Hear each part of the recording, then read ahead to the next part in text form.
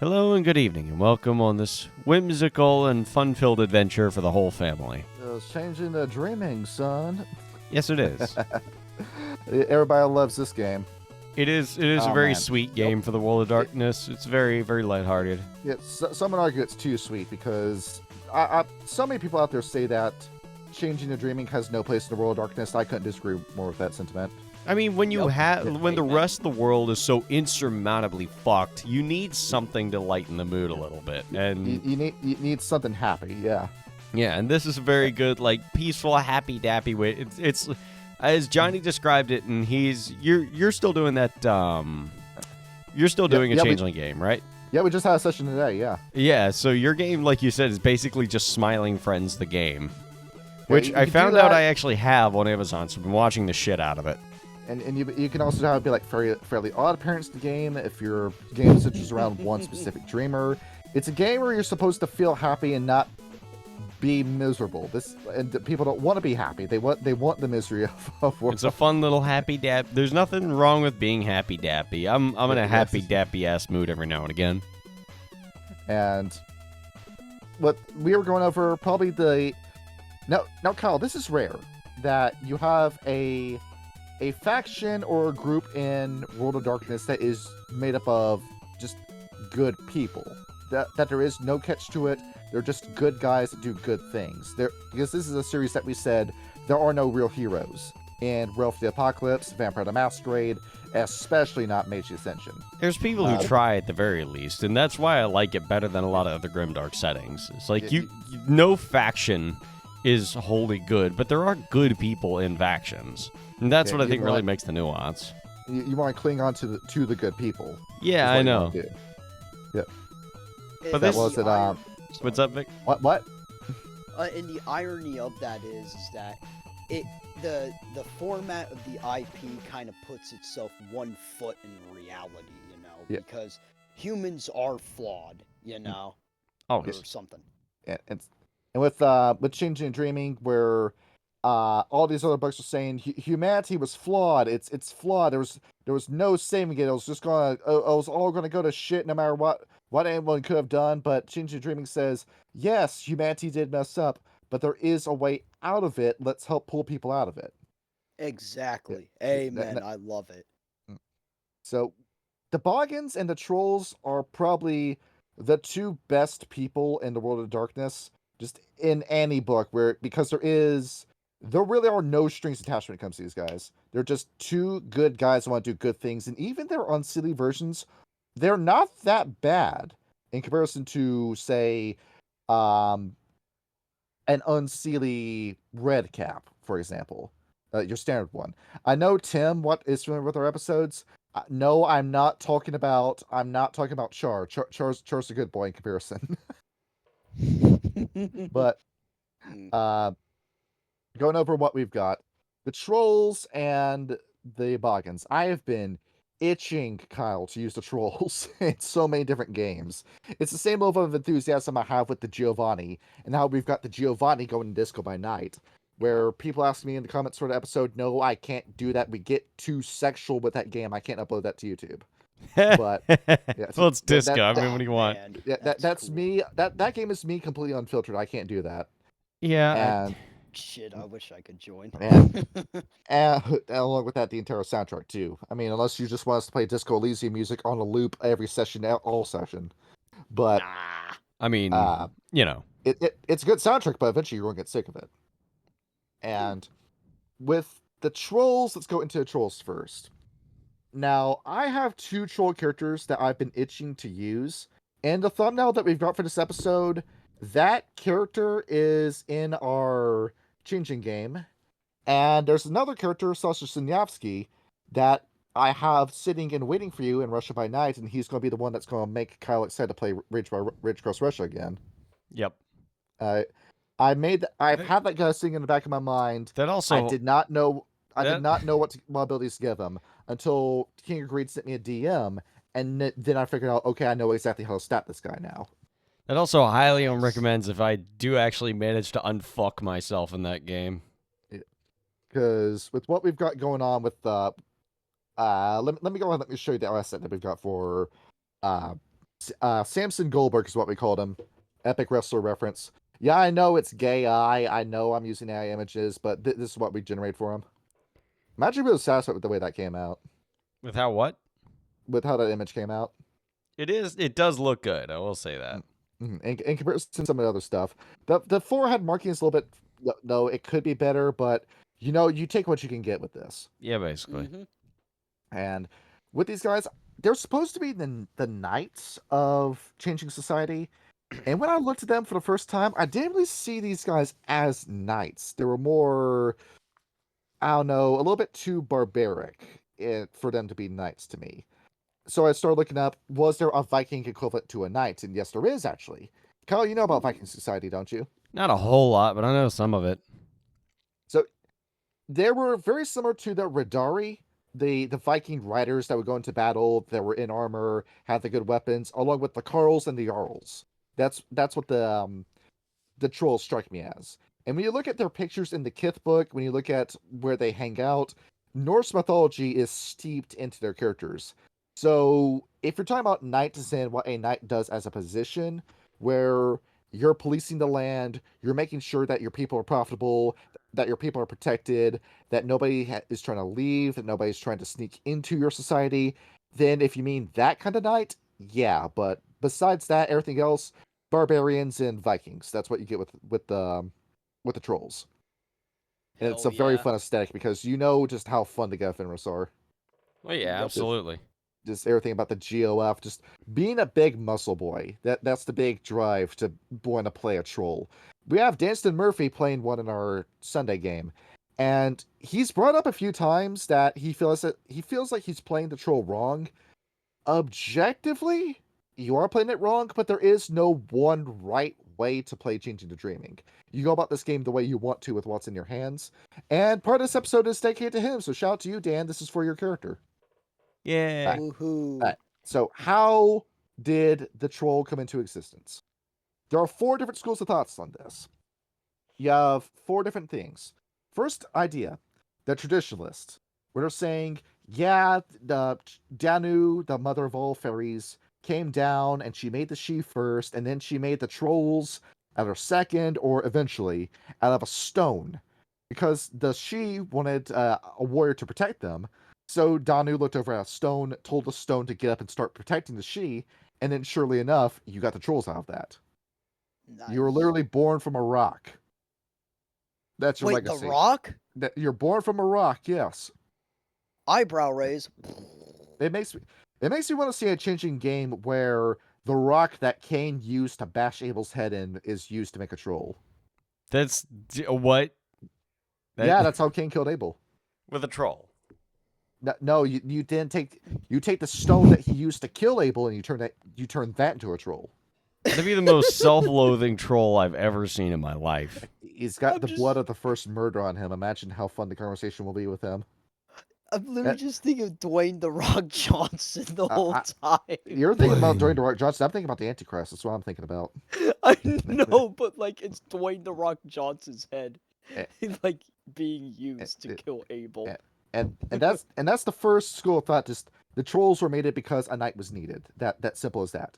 Then you have the Danuists, where the trolls believe that there's a more divine purpose to their existence, that they were created by Danu for the express purpose of defending not just the she, but all changelings, that they were made to be heroes, that the reason why the troll is so honorable and so knightly and so strong is because that is your destiny. That is what you're here to do, and you're going to fulfill that. A Danuist unseelie troll is still a good person. Even though you're working with the unseelie court, you're still defending your countrymen because this is the planet that you were made to save and protect. Hell And yeah. in terms of our characters, Samson in our changing game, he's a Danuist when it comes to this. He's doing this job because that's who he is, that's what he's put on this world to do, and he's going to do it. And you see why the trolls are beginning to worm their way into my heart as I'm reading these guys. They are just an honorable people, aren't they? The third idea, the egalitarians. These are not democratic trolls. They believe that Danu made them the same day that she made the she. and that the trolls and she were made to be co-kings. That the she lives in a palace and it's trendy, but the troll is the captain of the guard. You could argue that back in medieval times, the most important man in a kingdom wasn't the king, but it was the captain of the guard that was the true ruler of a kingdom. You could make that argument. And to the trolls, yeah, sure, I'm not the one writing the laws, but I'm enforcing the laws. And by enforcing the laws, I'm just as much of a ruler as the she. And the she can't do anything without me. And the she, well, their opinions on the troll, does she actually agree with that sentiment? They can't do anything without the troll. Sure, does she have naming and sovereign, but court can't last forever. You can't say the true name of every creature, and a troll can just run up to you and punch you in the face and kill you in one blow. So the troll is better on your side because there is no deadlier fighter in the world of darkness than the troll. I'm even looking at the red cap because a troll is smart, red cap isn't. So You saw riddle me oh, this, Johnny. yeah. When yes. Freddy ran out into the street with his axe to cut up some Malkavian ghouls, why did Serenthia not go with him? You had werewolves protecting you. You were fine. We did not know that Vigo Corinth was in that crowd. That's true, but he came out of the bar. We didn't know the Dark Messiah of Might and Magic was skin dancing the entire time. The golden one. Jesus Man, Christ. get out of here. Oh, you stupid little twerp. I hate my dad. Mr. Depp, my dad abandoned me. He keeps on calling me some other name, and it's ridiculous. Well, I'm him filing and a everyone tried restraining to leave order out on there. my dad. And finally, we have the Athenians that believe that Danu had no part in their creation, and they were made way further down the line. They called themselves the Athenians because you remember how Athena was made in Greek mythology, right? That Zeus was having a massive headache, and Athena just crawled her way out of his skull and made herself into existence. That's how they believed Athena was made. So the trolls believe the same thing, where humanity in their darkest hour collectively cried out, "I need a hero," and then sure enough, the trolls responded by birthing themselves into a heroic role. And I need a hero. yeah, exactly. You have Thank that song put in full I was blast. thinking of that. And Yep. you haven't met him yet in Rage Cross Russia, but Sasha Sinyavsky, that's who he is. So you see from this, all these trolls believe this, and if this is your belief system, then on some level, you have to be a decent person, right? Yep. Oh, yeah. And no matter what option you pick, the trolls exist. Simple as that. And during the Age of Legends, the trolls were going around looking for trouble. If they could find trouble, they stopped the trouble. But sometimes they got a little bit carried away. You all read the Odyssey, right? You're all familiar with that book? I didn't read the book, but I heard that know story. vaguely what it's about. Wasn't that "Oh Brother, Where Art Thou"? Yes. Okay, yeah, then I know. And the Cyclops in that story is attributed to be a troll. Huh. Just with one That's eye. cool. Yeah, he was born with Polyphemus, is what he was. And I see. That and may he be also so, had but I only have to wear one goggle when I go swimming in my pool. yeah. The minions. You also had the golems of Jewish lore, Siegfried of German myth, the other giants like Jack and the Beanstalk, that was a troll that lived in that castle, and more importantly, the giants of Norse mythology. Ooh, how many giants can we name? Surprisingly, though, the book doesn't, or like the book doesn't actually mention the Geta Fenris as one of the werewolf tribes that they know. I have a theory as to why they don't. Okay. But so how many giants can you name? I don't know. I've been playing a lot of Hades recently, but that's Greek there mythology. There was Gerder, the giant of the earth, Grendel, who was the main villain of Beowulf for the first half, Yeah. Farbauti, the father of Loki, Fenya and Minya, who protected the gold, and then Scotty, who was the gigantic queen of the mountains with her epic wolf hunting party. So a lot of cool visuals are coming to my mind with this. Wait, what about the troll? What was it? king troll dude from Warhammer Fantasy. I forgot his name. Do you mean the fat bastard that goes around in the wheelchair that claims he's disabled when he's not? Maybe, I'm not sure. He was like the troll that had like a horn like stuck in his tusk or Yeah, something. it's I'm pulling up who this guy is right now. I know who you're talking about. I wish it's been a you're talking while. about the guy that was oh, I was thinking about the ogres. Never mind, I was thinking about the wrong thing. Yeah, the trolls, but I Yeah, know who it is, but the name is escaping me. All right. But me yeah, too. but green skin shit. All right. And this is the image that you have around. It's a guy who's big, who's strong, who's epic, going around with this gigantic weapon, finding stuff and smashing it. And that's what the trolls were doing, but with honor. They have a code as well, the Code of Dagda, which I like to go over the small litany that every troll abides by. Yes. All right. Rule number 1: protect the dreaming. Just ensure that Fae exists. It's as simple as that. Number 2: respect those of a higher station. That If sounds you familiar. have a knight or a lord or a duke, queen, the archfey, the high king, you do what they say. You do not question it. Even if you disagree with the order, you still follow the order. Number 2: never abuse your strength. You're strong, you're a badass, but we're warriors, not bullies. Don't go around and take stuff just because you can. Do it if there's a reason to you doing it. And lastly, accept an honorable surrender. That also sounds familiar. They are very similar to the Garfaros, right? Very similar to Garrow in general. Exactly. It's almost like changing their dreaming and Werewolf the Apocalypse might as well be the same game at the end of the day. You fight the Fomorians, it's the same enemy, but you just call it two different things. And like they're And both on the brink of their species and all of that. and everything was simple. This is just what troll life was for years and years. And nothing happened during this time. The Age of Legends is nothing happened. Besides fairy tales, those were made. Hell And yeah. and then what happened? Well, what Shattering. happened is that a war broke out between the Shi and the trolls. You remember the Shi are the high rulers of changing society, the Tolkien elf that controls everything, and the trolls had all these kingdoms, had all this land that belonged to them. They're doing pretty all right for themselves, and the Shi looked over and said, "Hey, you're doing too well for yourself. I want what you got." And the two of them went to war with each other. It's How'd once that again go? very similar to the Giru, right? Yeah, In a lot of yeah, I do ways. notice that. Who wrote this What? book? Who wrote this? I can give you a writing credit. Let's see, let me pull this up. CTDs, trolls.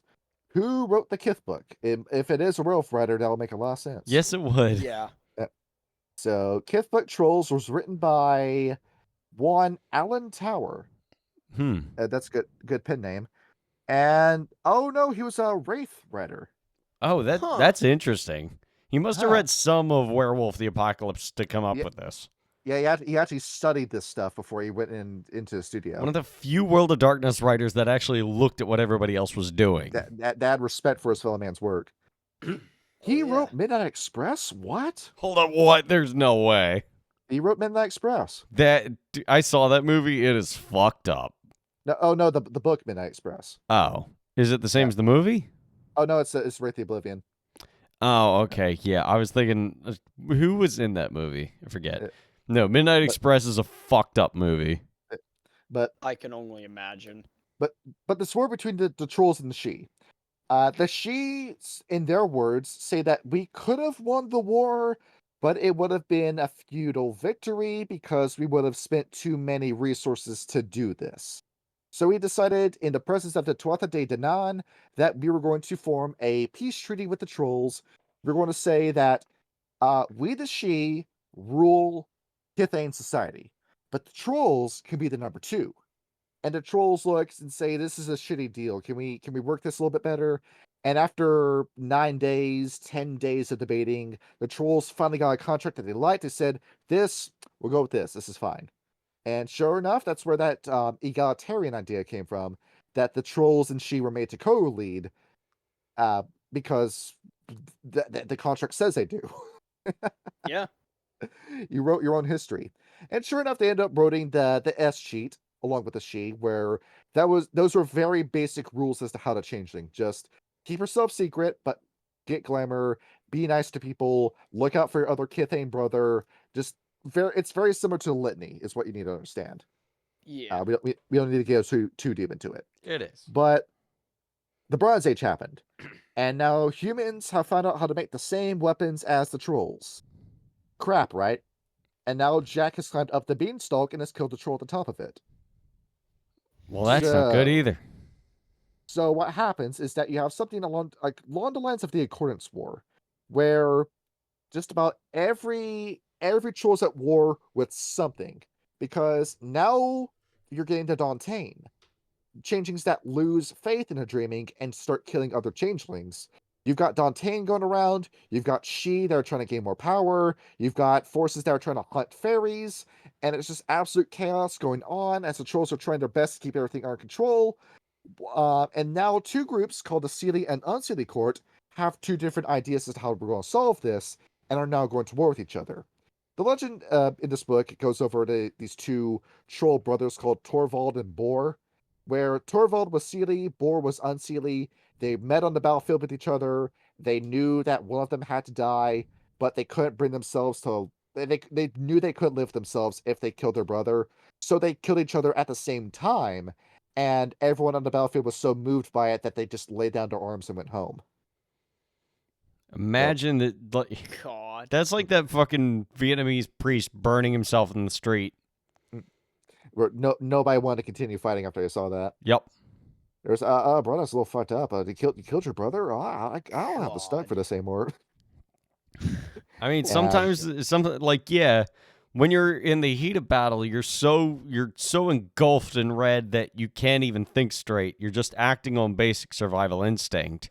It's either who gets who first. Either he kills me or I kill him. But then if you look through it and through the haze of battle, you see two people just standing there. They just shake hands, put a blade to each other's chest, and lean forward. And you're like, did those guys just do what I think they did?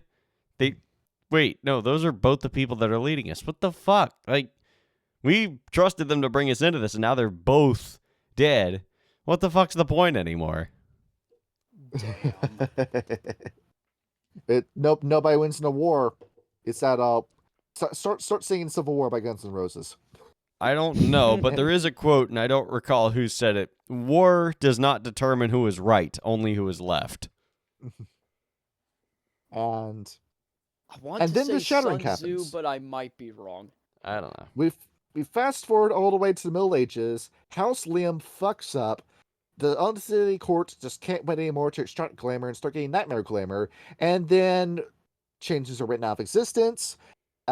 Existence. Consensus. The banality begins to sweep across the world. The She run into the silver gates and close the door behind them, leaving everyone to die. You have to become an anime or you become Kithane. And the trolls are looking, going, well, what the fuck? Dog, we were meant to rule together. You left us behind. What are we going to do? And trolls were looking around. Well, the Inquisition is going on. Everything's going wrong in Europe. The trolls are keeping everything together. And while they already were leading as captain of the guard, they might as well become king. So in the empty castles of the She that were left behind, they take the crown, they sit down and say, I guess I'm doing this now. I didn't really want to be the king, but it's time for me to learn. And the trolls do okay with the crappy hand that they were given. By that point, any sort of attempt to rule the world for a changeling, that's gone. You've lost the meta plot, and you're not coming back from that because of the way you lost it. Vampires, werewolves, and mages soar. Changelings are just going to progressively lose and lose and lose. And they're trying. The Narkers and Boggans have their back. They're supporting them the best they can. The Ishu are off being the Ishu. The Redcaps refuse to listen to them. The Trolls have just been dealt a losing hand and are trying to make the best of it. They're trying to keep everybody happy, trying to make sure that they're not all killed off by Inquisitors, looking around, making sure that the Order of Reason hasn't caught on to where they are. It's hard. You can imagine just how difficult it was for the Trolls, but they do their best as kings. And you get to the 19th century, 20th century, and by this point, the trolls know that they're about to die. But glamour is eventually going to leave the world, and they're just going to they're going to die with it. But they stay as kings. They're going to say, we're not going to try to abandon these guys. We're not going to all run off into dreaming or anything. We're going to do the right thing. We're going to stay behind, die with our people, go down with the ship as any captain should. And then the original captain of the ship came back. The resurgence happens. Yep. 1969, the Sidhe reopened the door and say, hey, we heard a moon landing happen. We're back. And the trolls were the first to go over to them and say, dude, where were you? We've done so much to try to keep this that you abandoned together. And you just want to come back and you just want to take control? And the Sidhe say, yeah, we get how you feel. Here, come join us for dinner. And then the Night of Iron happens. Well, you thought they were going to be peaceful? No, they stab you in the back with a knife made out of iron and destroy your soul in the process. The Sidhe deserve everything bad that happens to them. Resulting in the Accordance War. And the trolls were your best bet of winning that war. But here's the thing. The trolls didn't want to win that war by nature. Like the Gale you're not meant to be the king. You are meant to be the king's right hand. The trolls do better when they're listening to a commander, and in their hearts, they just couldn't bring themselves to get that violent with the Sidhe. The only other kith out there, the Redcaps, were too bloodthirsty and maniacal to be useful. So, of course, the Accordance War heavily favors the Sidhe, as one kith takes on 8 and wins.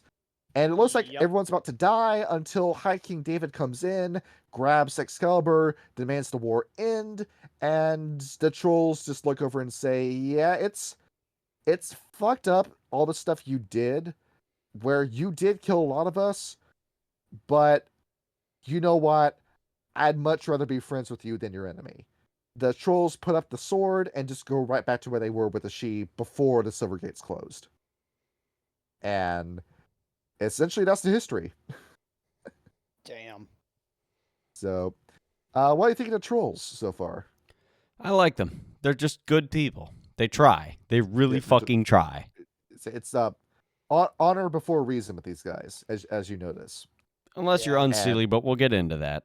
And they have like a strong sense of like emotional maturity. So far with what you're explaining. Very morally just, yes. Like the level of valor and badassery that you see in the story like Three Musketeers, for example. Yep. As going along with what else they've got, now the trolls as people, this is what I'm interested in. So with the trolls, they have a very like half Viking, half knight kind of style to them. The most success they had was in Scandinavia. So, thus, that influences most of their culture. You have Germanic trolls, you have Jewish trolls, but most of them are going to copy the Nords, is what they're going to do. Even though they're like nothing like the Nords, they're blue devils with black hair. This is what your hero looks like. Hey, not bad. Did you ever watch Little Monsters, by the way? I don't. God. I did not, no. Oh, no. You know what I'm talking about, don't you? Yes, I think Nostalgia Critic talked about it years ago. Kyle, this is the movie. Now, see if you see the trolls in the way that Howie Mandel looks in this movie. Oh, dear fucking Christ. Yeah. It's This was your visual inspiration for the troll. Fred Savage and Howie Mandel. Jesus Christ. Yeah, match made in hell. Oh man, I'm gonna this take is that a off the weird screen. movie too. It's got a whole like weird shit. It feels like you're losing your mind when you watch this. What year did that movie come out? 1989. Yup, that tracks. Yep. It's an 80s movie made to freak your kid out. Dude, what the fuck was... how much cocaine were they slamming in the 80s that they were like, yeah, this is PG, this is fine. Like Beetlejuice, for real? Yeah, dude, I fucking love Beetlejuice. I mean, it's a great fucking movie, but like, kids should not be watching it. This is one of the 4 movies that's like weird and crazy just for the sake of being weird and crazy. Like Little Monsters, Beetlejuice, Monkey Bone, and Cool World. I never saw Cool World, I don't think. I will say though, I have a friend of mine who grew up in the 80s. And, like, he saw all, like, the fucked up R-rated movies because his mom operated under the litmus where if they make a McDonald's toy of it, then it has to be for kids. So he saw RoboCop when he was, like, 8. Same with my dad. Same with my dad. He watched the first Terminator in the theaters when he was like, oh, give or take 9 or 10, and he said that shit is more like a horror movie than It It an is. is. action It really It is. is. Like the It's first. the only slasher movie where the guy uses a gun instead of a knife. Yeah, but it Yup. works because it's the Terminator, you know? And then they made Terminator 2 Judgment Day, and it was awesome. I do. Are I you love John Terminator Connor? too. It's such a good movie. And I that's our, literally, you really what? oh, I literally just based off my fucking technocrat character off of Terminator and RoboCop. But I have a hard Arnold time Schwar- seeing that. like Arnold Schwarzenegger in T2, that is how your standard troll operates. Where Yep. with He'll like live. towards the end, well, more like towards the end of the movie is how that works. Yep. Where you will throw yourself on the blade before you let the people beneath you take damage. You are the team player in your changing to dreaming game if you're playing as a troll. You'll put yourself first and foremost in line of fire. It doesn't matter how much you get torn up, you're not letting those that you were sworn to protect die. You are, if I were to compare this to Vampire, you are the Camarilla Sheriff when you play as a troll. Your job is yeah. to protect the other changelings and make sure that they live and they get their fill before you get yours. It is a job of self-sacrifice with the troll.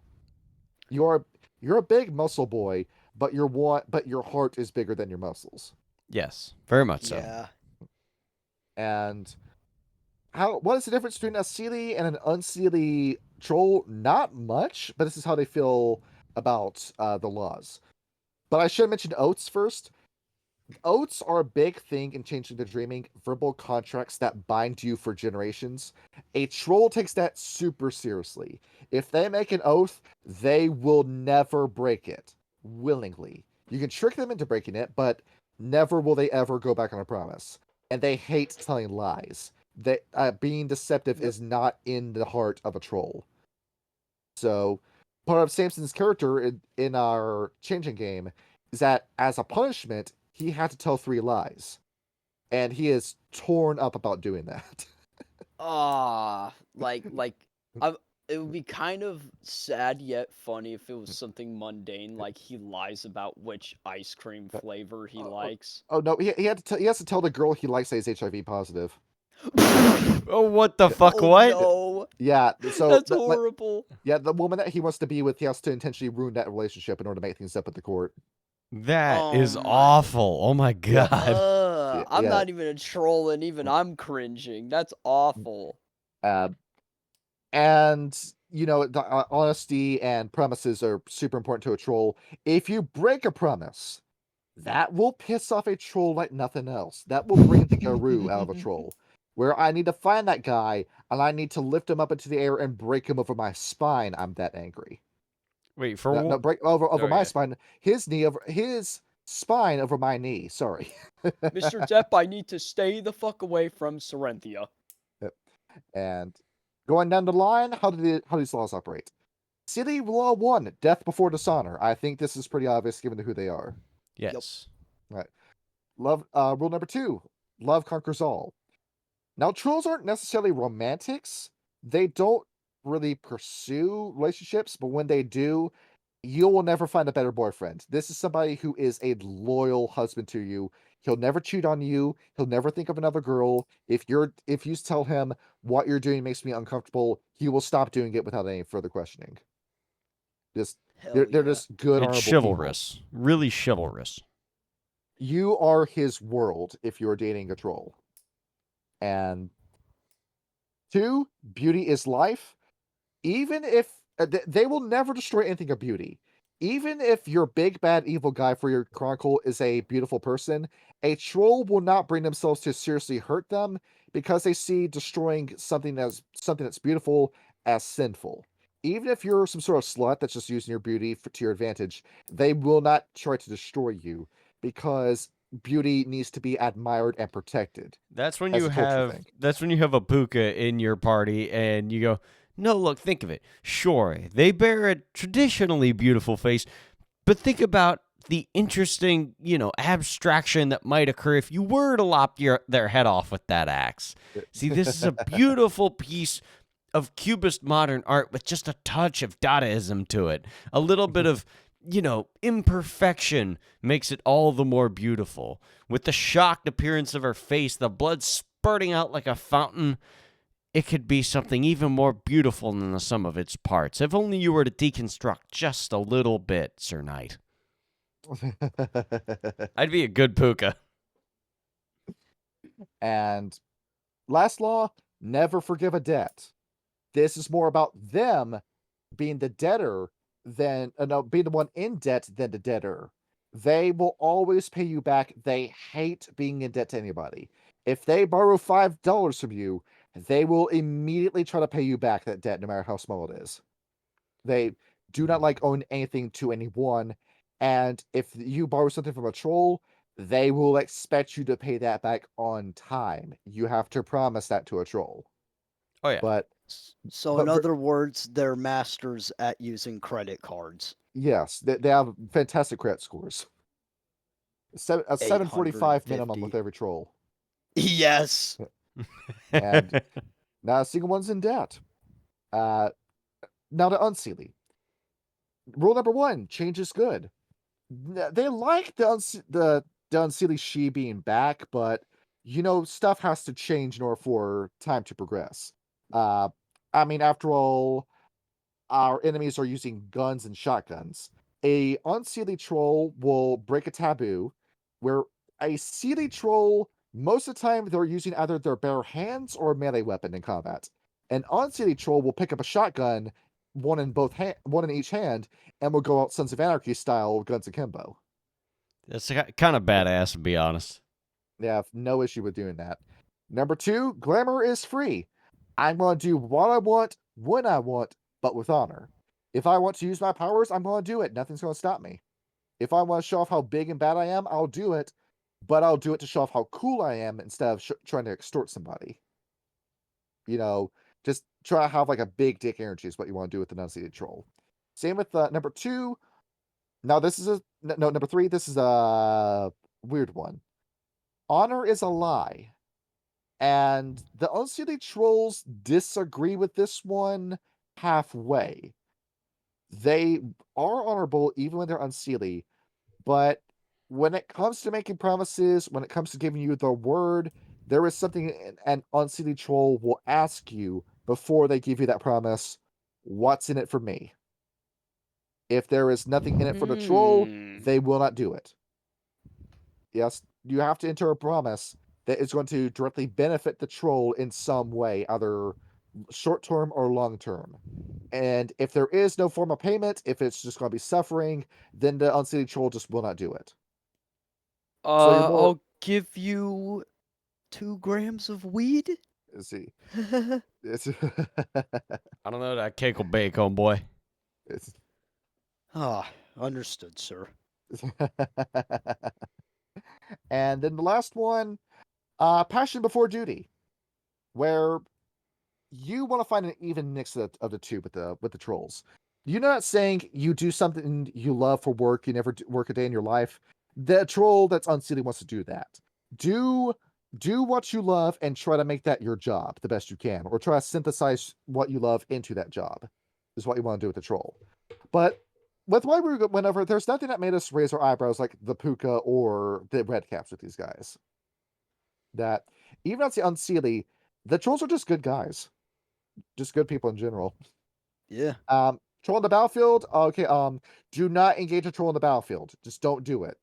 Just don't do it. No, you're gonna get your shit pushed in. These are guys that, with the way that you can set yourself at character creation, and with the right gifts and right arts, you can walk around with 11 points in strength. What? My God. In the dreaming, you can have 11 points in strength. Fuck that. You can splatter Grim with a punch as a troll. And oh, man. Shit. So, to put it into perspective, that is the same level of strength as Troil the Younger in Vampire the Masquerade. And that's the man that killed Arad the Strong in the fist fight.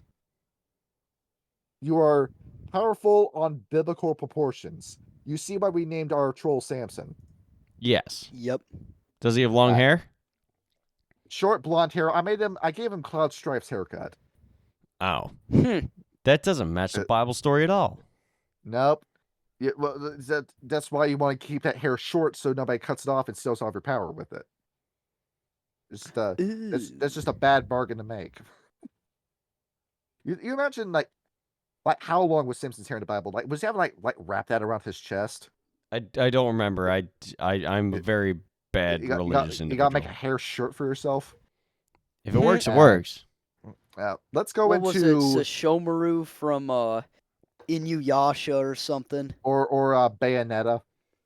I gotta play Bayonetta. The male version of Bayonetta. So their relationships. The Boggans, trolls love them. I don't think there's any kid out there that hates the Boggans, really. Well, no, they're the Boggans. Everybody likes the Boggans. And they look at the Boggans and say, "You guys are cool. Work is play to you. You build all this cool stuff. You built a swing set for your kid out of the goodness of your heart. Thank you for doing that." They look at the unseelie Boggans and they look and say, "Did you guys just sign yourself up for like a regime that does stuff for terror for the sake of terror?" And then the unseelie trolls look over at the Sealy Boggans and say, "Hey, did you guys just sign yourselves up for a fascist regime that you can never leave?" Oh, no, not at all. We just wanted to make cookies for everyone. Don't worry about it. And even in the Unseelie court, the Boggans are just good guys all around. Even if what they're building is going to be used for evil, they're still building stuff and helping somebody out. They're making somebody happy. Oh, you're going to take this night. You're going to kick major ass with us. And the Issue. There is some serious envy for the Issue with the trolls. Because the Issue today are doing what the trolls used to do in the past. And the trolls look over and say, "We're stuck with guard duty with the She, now that they're back and now that we have to sign this contract with them. We wish we could do what we were doing back in the old days where you go out and we make our own legends instead of you going out, you doing your story, telling us about how fun your day was, and reiterating the stories that were for the time of legend that we could be making today, but no, we can't because we're too busy keeping shit together." And they look over the Issue, and they're happy whenever they hear a story from them, but they really want to be in the same position as the Issue. Just a troll just yearns for that kind of freedom again. It's basically like you have one friend that like gets to travel the world for their job, and you're stuck in your office. The Knockers. Now they want to be friends with the Knockers. They really want to be friends with these guys, but the Knockers are so abrasive.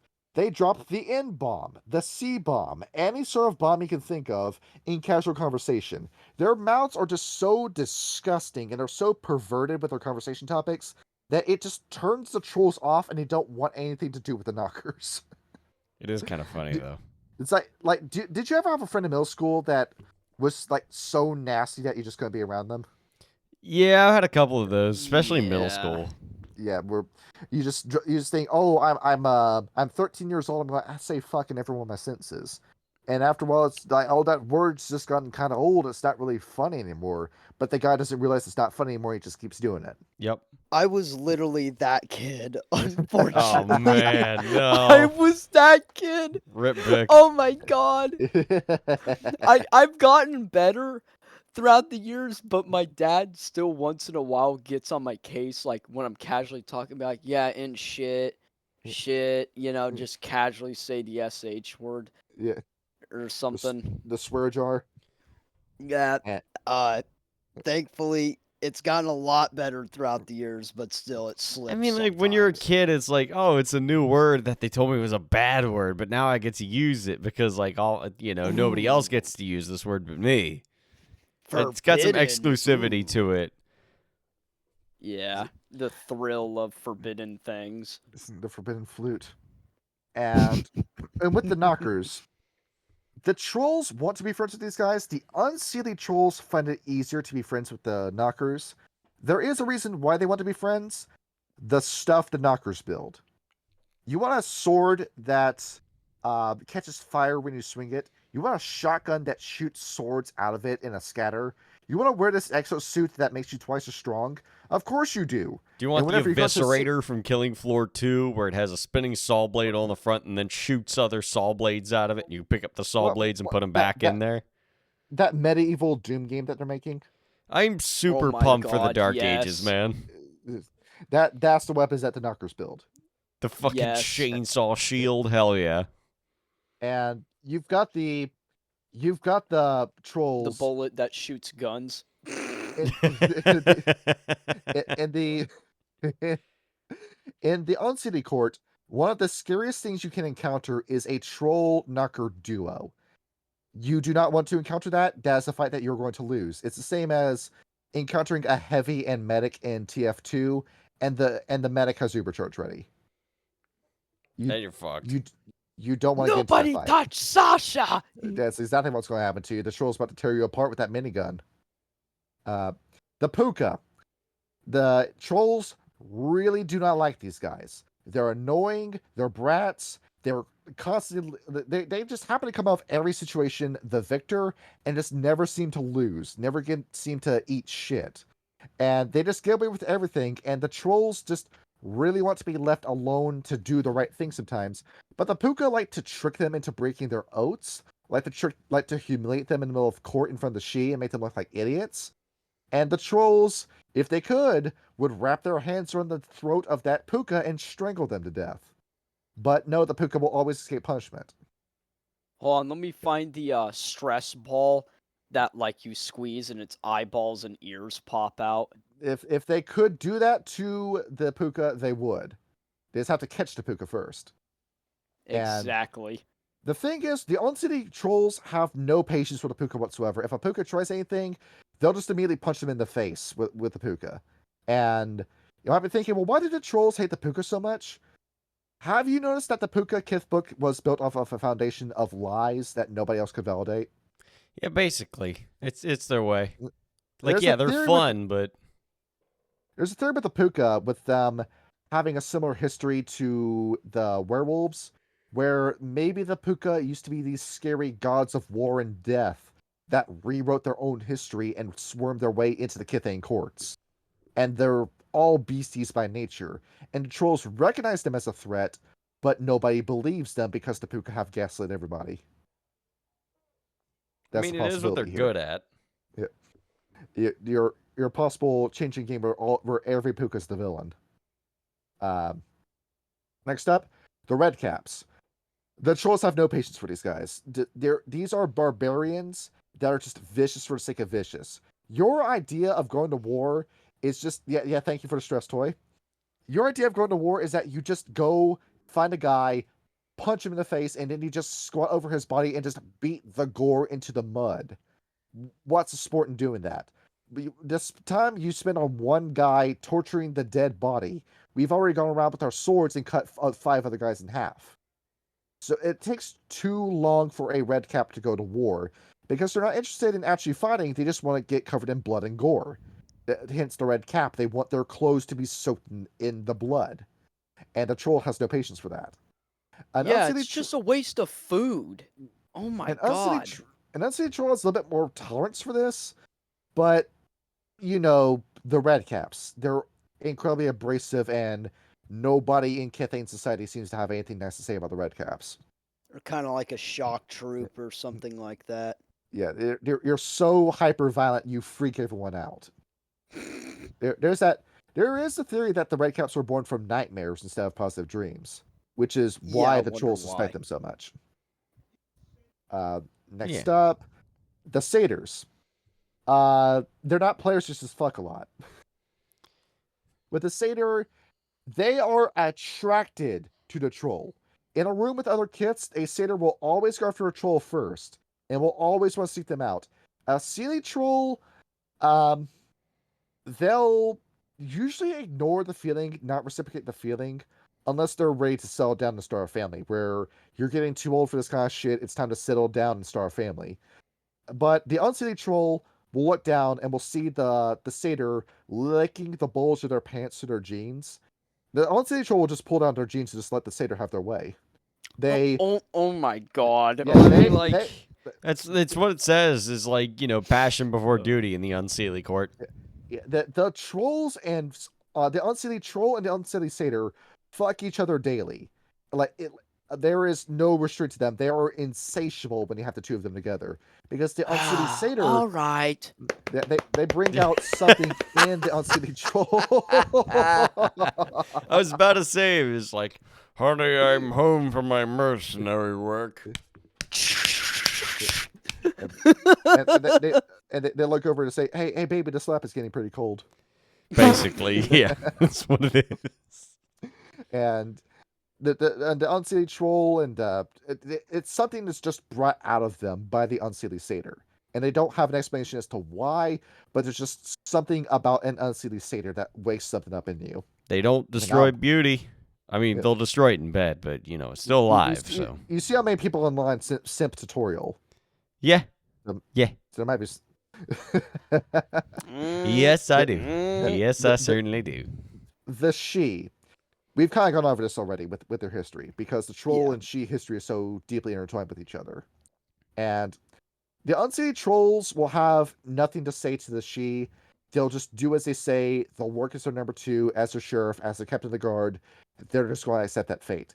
But the Unseelie troll, they're not always content with the she, and will occasionally try to oust the she by playing into the underhanded tactics of the Slua, but trying to get that Unseelie she ousted so they can be kings, because the Unseelie court trolls believe that they could have saved the kits if they were kings, and the she are just getting in the way of that dream. It's a pipe dream, but still a dream nonetheless. They won't until you try. Because even though the she are terrible people, they actually are doing the right thing in leadership. It's like the Ventru. You can't really say that the Ventru are doing things wrong. I don't know, but like the Unseelie trolls vaguely make. Now, this is gonna be a bit of a nuke I'm dropping, but they vaguely make me think of the Shadow Lords. A little bit. Vaguely. Just ever so slightly. Yeah. There it is. There it is. Kyle, I got something I'm gonna send you later. Do you? All right. Yes, I do. All right. Now for the Slua. Does anyone like the Slua? I don't think anyone does. It's it. They look over, and there's this weirdo who's in the New York City subway drain, picking bugs out of the drain and eating them, and washing their pennies and their hair in it. And they look over this freaking nature and they say, "I want nothing to do with you." And that's every troll, Seelie and Unseelie. They don't want anything to do with the Slua, because the Slua are just fucking weird. I don't want to be around them. Bros just It was about time. No. Late. Bros... We've already gone over the trolls. No. Look, bros just misunderstood. Here, you give my boy a bass guitar and he'll be fine. Here, check this shit. And I fell asleep. Yeah, there it is. You snoozed. Oh. You snooze, you lose. Why did you snooze? Yep. I mean, to be fair, I was about to too. It's been a busy day, so. Yeah. And now with the Slua, there is something that they can do to the troll. Blackmail and extort the troll. Because the troll has to be honorable, the disenfranchised and bitter Slua will exploit that and will slowly gain control over the troll's life. A troll is then stuck doing what the Slua wants it to do until they track down where the Slua is hiding and punch him in the face. This tends to be a plotline in your Changing to Dreaming games. So, make of that what you will with your plots. Yep. The Ghislaine, the trolls have no opinion on the Ghislaine. The anime, the trolls have no opinion on the anime. The Nuninhi, they want to like the Nuninhi. They think it's cool that the Nuninhi are trying to get their land back. But they're talking with the Actina, and the Actina are violent psychopaths that want to kill all white people. I'm sorry, but I can't co-sign on this. I can't join in this helter-skelter game.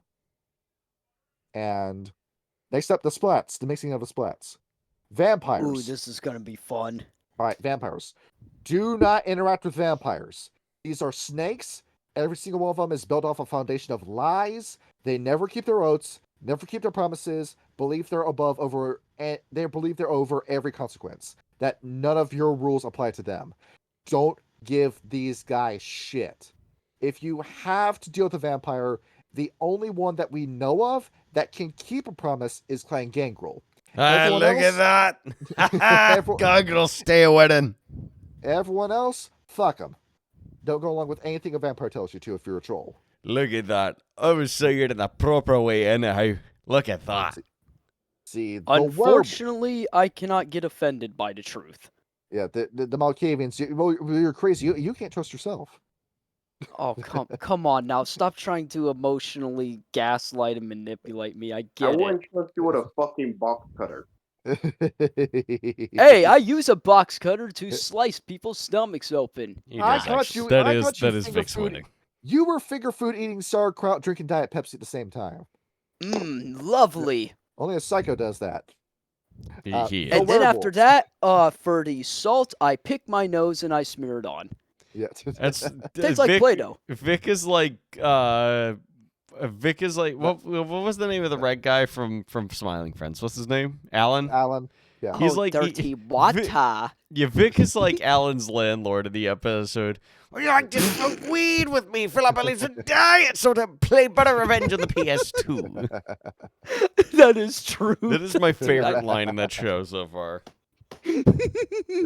And Uh, going Oh, along with man. what we've got, the werewolves.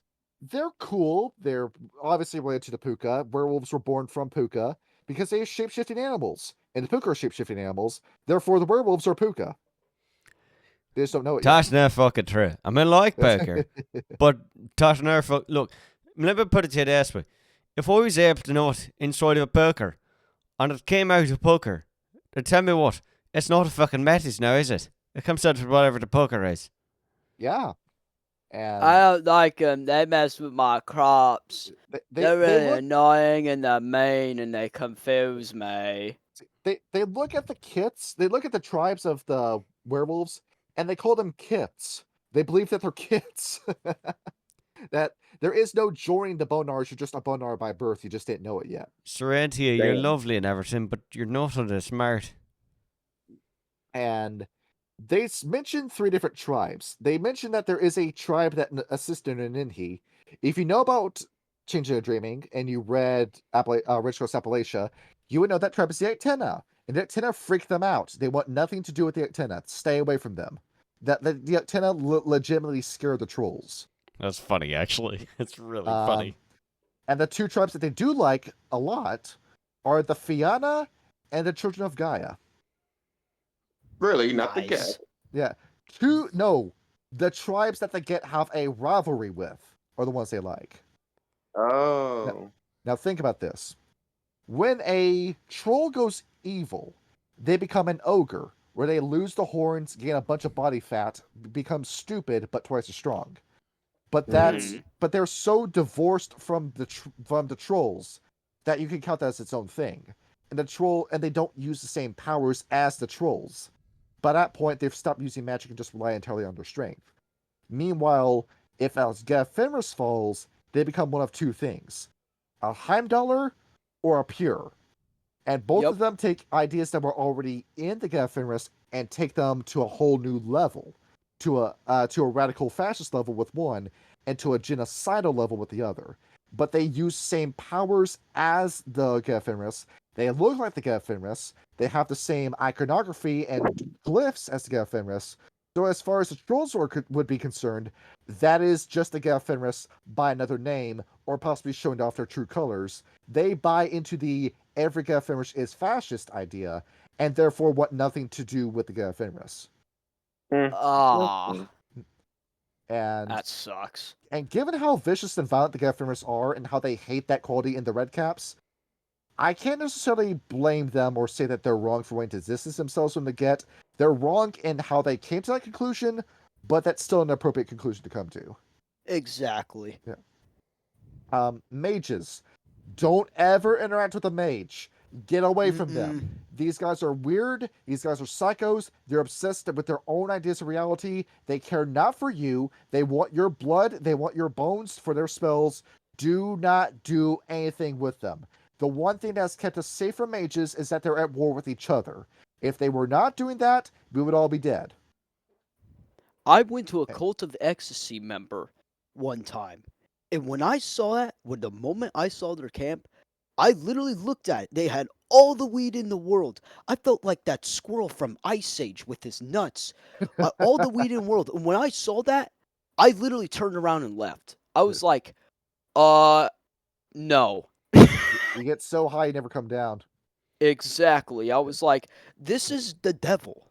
Just This run is away, literally man. Just run the fuck away. exactly. Run for the hills. And they came over and told you. So I caught the left circle of my triangle, and I lit the tree of life in doing so. Oh my Copy god, pasta. Dad! Right, task Can you great. shut up? Task great. I'm gonna go all the way over there. I'm gonna hide in the pub, and I'm not gonna come back. All right. It's really funny to me that the children Yeah. of Gaia, the werewolves that hate fighting and are deeply Christian, are the ones that they like. That's kind Yeah. of funny, actually. I know for a fact Vic is like buddies with the COG, but the moment a Cult of Ecstasy member steps into the room, he immediately gets up Hmm? and leaves. He's like, Alright. fuck this. All right, rates. Yep. No, they want nothing to do with the rates. They're freaked out by ghosts. This is weird. This is creepy. I don't know how ghosts work. I want nothing to do with this. So if Wraith the Oblivion comes up in your changing game, the troll will want nothing to do with that. They do not want to interact with any ghost shit. The ghosts are freaky. I played Vampire the Masquerade Bloodlines. I was there. That was the best level Yeah. in the game. It was very good. And Troll Society. Okay, have you read Beowulf? No, but I do know that, Beowulf goes out and he fights the thing, and then they go home and they drink the mead and sing the songs and everything is cool until he gets to fight somebody else. They drank the mead, sang the song, ate the food. The woman put the jewelry around his neck. They sang some more songs. They praised God, and it was awesome. That Fuck was yeah. That's 9 straight chapters of Beowulf describing that. And Sounds that was like fun. that's because that was the culture, and that's the same with the trolls. It's a very Viking-like culture when it comes to them, where whenever a bunch of trolls get together, they eat, they show off their weapons, they show off their muscles, they sing songs, they fly banners. They're just very happy about being trolls and celebrate troll culture, and are just happy that there are trolls and that they're doing okay for themselves despite the terrible circumstances of changing to dreaming. And a freehold, it will take the form of a lodge or a sauna or a big damn house. They like their homes and their lodgings to be big. A troll must live in a big house. They do not need the space, but they like feeling tall. Well, yeah, because they themselves are big, so Yeah. that you need a domain that complements you. Oh yeah, every troll by birth, the minute you have your chrysalis, you become 7 feet tall minimum. Like, You're and like you a just In bulk. the chimerical form. Yeah. Your physical form still follows human limitations. Well, even in your mortal seeming, you're still tall. In your kith form, you just grow in size exponentially. Yes, yes. What You're the? just a tall human Mm. most of the time. Yeah. And, Why the fuck am I thinking of DeviantArt shit now? What the fuck is wrong with I me? mentioned giants, and you automatically went into a brain gasm. Jesus Christ. They have a few fellowships, by the way. They have a club called the Fellowship of the Hearth, where they deal with normal domestic affairs, just talking conversations between people, troll relationships, collective farmlands, hunting grounds, who's going to be doing what within Troll Society. They're doing it, they're dealing with it. It's essentially Troll HR is what that is. Fellowship of the Mountain, which is dealing with the spiritual and historical aspects of Troll Society. They're identical to the song keepers of the Fianna. They are the historians. They're making sure that the oral tradition does not change. They have 2 stories that they love: the Tapestry of Slumber and the Chronicles of Leander, which are their greatest accomplishments. And they read these stories every Beltane, aka Christmas. Hell yeah. The Fellowship of the Storm, the military arm. These are the guys that are deciding, we're going to war. Who's it going to be against? What are we trying to accomplish in this war? Is what that is. It's the War Council. It's very easy to understand how it is how to play a troll. Yep, just be a chivalrous knight or a bloodthirsty mercenary and you're good to go. A merc who's out for money and for himself. But you still have a heart of Hell gold at the end yeah. of the day. And, well, I'm checking through this Kith book, making sure that we're not missing anything too important. I think we can piece together what Troll Society looks like. Yeah, it's pretty Hell easy. yeah. struggle, old man. Yes. You do have a few camps, quote unquote, that they have. where they have the Oathbound, which is this a society of trolls that are described by other trolls as fanatics. They're going around and they're the promise keepers. They have a promise index. We're making sure that everybody is keeping their promise, everybody's doing their promise. We want to make sure that we have this image of being an honorable people that are bodyguards beyond compare, knights that will go out and win wars for you, that we're the reputation keepers, so to speak, of the trolls. Nice. Mhm. We're making sure that we don't have our own sorts of Heimdall situation. And then you have the Brotherhood of Thor. With a name like that, you can imagine what they're doing. Being badass. Speaking flowers. So the She really don't like these guys. They're just really loud and obnoxious to the She. In reality, what they are, this was a society of trolls who took their distinctive views upon the Unseelie and City Court and made it known. They said, hey, City Court, we don't like that we did this. We're going to protest against it. Unseelie Court, we thought this was a bad idea. We're going to protest against it. And we're going to do so with this big damn demonstration that's going to show off how tough and badass that we are. Essentially, this bit like what Antifa thinks they're doing is what the Brotherhood of Thor thinks is actually doing. It's funny. The Society of Veterans. I think that's self-explanatory. I don't think I need to go into that one. No. Yep. It's your boomer trolls that are telling their stories to each other. Yeah, you go to an Back in American my Legion day- on any given weekday, and that's what that is. The Knights of the Way, which is your police force in Concordia in the Dreaming, making sure that nothing that is chimerical escapes the Dreaming, and nothing that is, say, a werewolf or a vampire gets into the Dreaming. Your border patrol, essentially, for the Dreaming. Oh, you're under arrest! Yeah, Sir, please, I came here with a green card. You're a fucking leech. Get out of here. Sir, please, I'm purely diplomatic means. Ow, ow, ow. Okay, ow. This oath that you made with the She, this has expired. You need to go and get a new one. Ow. Ow. Can you so stop your paper- dislocating my shoulder? They- Ow. They Okay. take a big red stamp and just slam your forehead with it. Yeah, but one thing trolls universally like against all trolls is oathbreakers. Hell, that's one thing the Fae University dislike. Do not be an oathbreaker amongst the Fae. Oh yeah, they will kill you if you do that. Yes, there is a Yep. thing, I forget what it's called, but oath hunters, and they go out looking for oathbreakers and just kill them. You have the Protectorate, where the trolls that have found lovers. This is essentially the club of good boyfriends that go and protect Nice. protect each other's wives. It's a good Or boyfriends if they have club. kids, they're kids. That's actually really Nice. adorable. I like that. Yeah.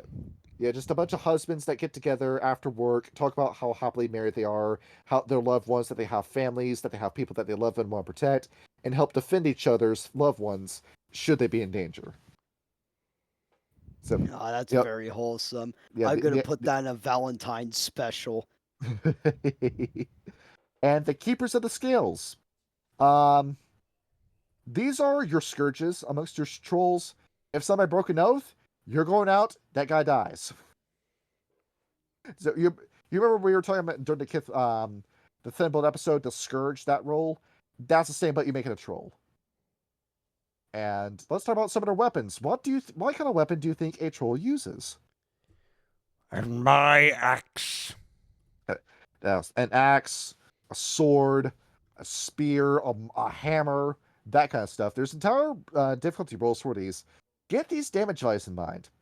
If they're using a Fey Blessed sword or a Chimerical Steel sword, that great sword that they wield, that is the same size as the Hawk Raider sword from Berserk. It is swung at difficulty 6, and it deals their strength score plus 6 damage. Yes. And they do how much damage? Up to Strength- 11 yeah. in the Dreaming? Yeah, their strength score can reach 11 into Dreaming, so that is... They could one-shot a Nexus Crawler. Yes. Good, yeah. What the fuck, Richard? Me with the giant. No, Me no, with the hold on, no, giant no. Their sword weapons is get at even me. more ridiculous. Read more. They get more. There's worse weapons. The Northern Axe, difficulty 6, strength plus 5, can be concealed inside of a trench coat because it can be folded up and stuffed in a trench coat. The Hill Axe. This large double-headed axe is greatly favored by the Unseelie trolls for the sheer devastation it's capable of inflicting. Though it requires 2 hands to wield and is more difficult than other weapons to master, many consider it damage potential and even trade. Each of these weapons comes to chest height on the wielder, and double heads are nearly as wide as the chest. Because its unwieldy nature, the hill axe is impractical in terrain with difficult footing, but it will deal strength plus 8 damage on impact.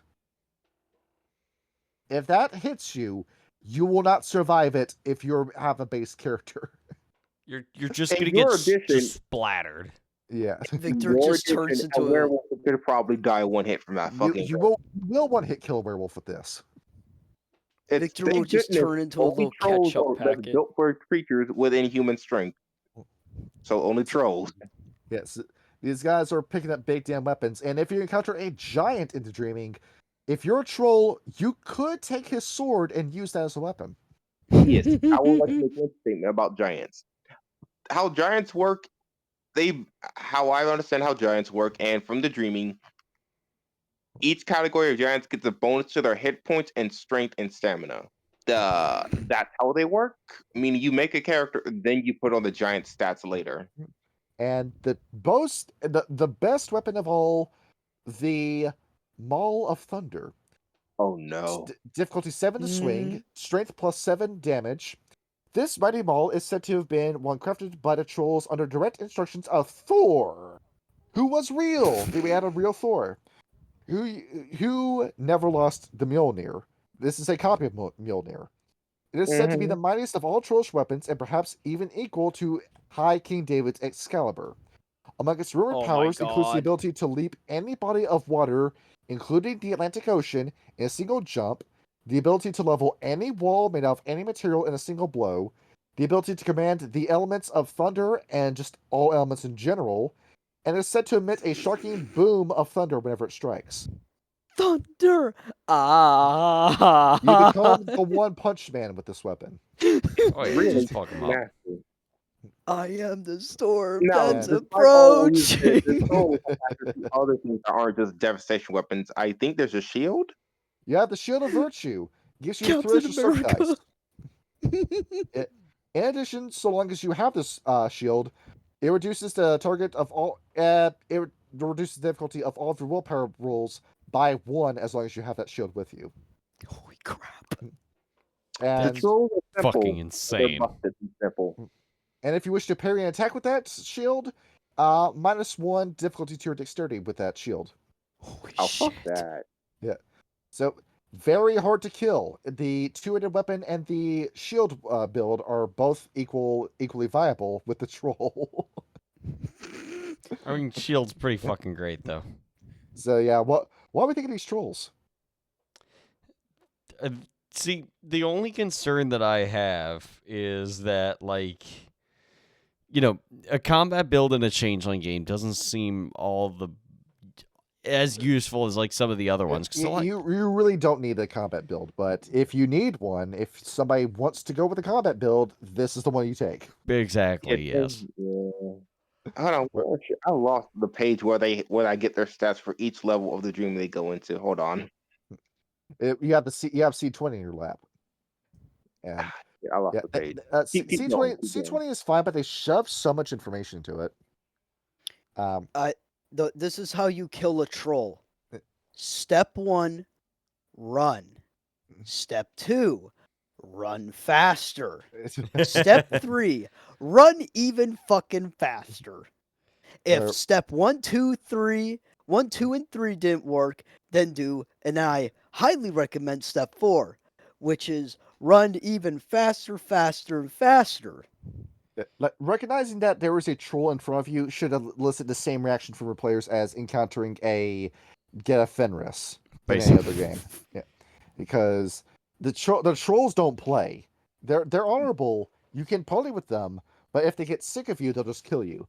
Yeah, In fact, basically. there's a little detail they had where in war, a troll will sit outside the gates and demand that your strongest person come out and challenge him to a duel before the war begins proper. Oh, fuck. Yeah. Let's just. Holy It's basic. shit. That's such a flex too. It's like you got one troll sitting at the gates of Arcadia, and then an army marches up. You're like, "Who's your best guy?" That would be Atreides. Oh, we'll bring that dude up here. Okay. 1v1 me right here. And then after I fucking just lay this poor fucker out in front of you, you guys get to decide on whether or not this whole fucking bullshit is worth it. Okay. I found the stats. If a troll goes into the far dreaming, they get an additional 2 to their strength and 2 additional health levels. Meaning, and this is working through second edition logic, they have a +4 to their strength, including what their birthright, +4 to the hit 4 more points of health levels. Oh god, that's nasty. Stubbornness. You get a +4 to resist anything that would dissuade them from their lines of duty, meaning that they're really hard to convince to not do what they're ordered to do. Yes.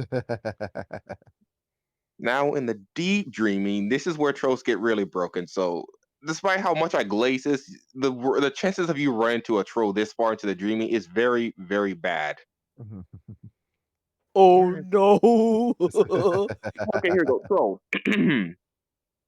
Trolls get a granted total for a +5 to their strength and the deep dreaming. Not that bad. And oh my bad. Grumps, which is The old fucks.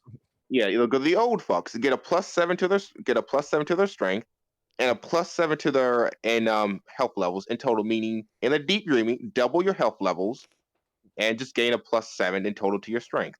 Yeah. Oh my And god! +6 to resist anything that would +6 to your dice roll to anything that would dissuade you from your duties. Yes. Oh man, if a troll keeps Vic alive, they're gonna use him as like a throwing dart to like in bars, the little target and the dart, Yep. Now, Yeah. now these are trolls, now then, do you want to fight this at all? No. Nope. No. It's a Nope. losing game. There's a reason that Freddy keeps one in the band. They're good friends.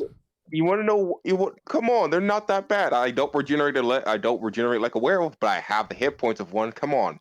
Bro, we're literally talking about a character, Vic, who literally only has 1 dot in strength and no dots in brawl at all. This dude You're gonna die, is bro. a pencil. You're gonna This die. dude's he's gonna die. You are He's gonna really turn into a lucky I have ketchup not done packet. any face stuff in Appalachia. Oh, The new- uh-oh. or Ketchup. Oh god, but that's the trolls in the deep to far dreaming. They get real nasty. All that troll has to do is breathe, and then bro gets his back folded. Oh yeah. Ah! Oh, yeah, I forgot to bring up the disabilities. The more they get farther into the dream, the more honorable they get, to the point they physically cannot disobey an oath, even if it would kill them on a fundamental level. Holy shit! Yeah, that is like the one saving grace, maybe, depending on what the oath is. Dang. Oh, here we go. I found the stats for giants.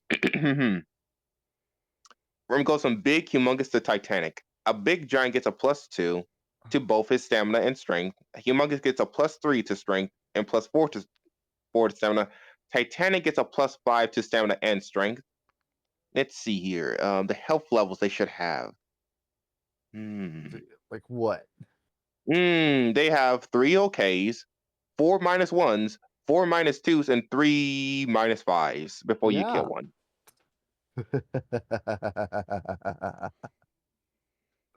It's absolutely fantastic, right? Yep.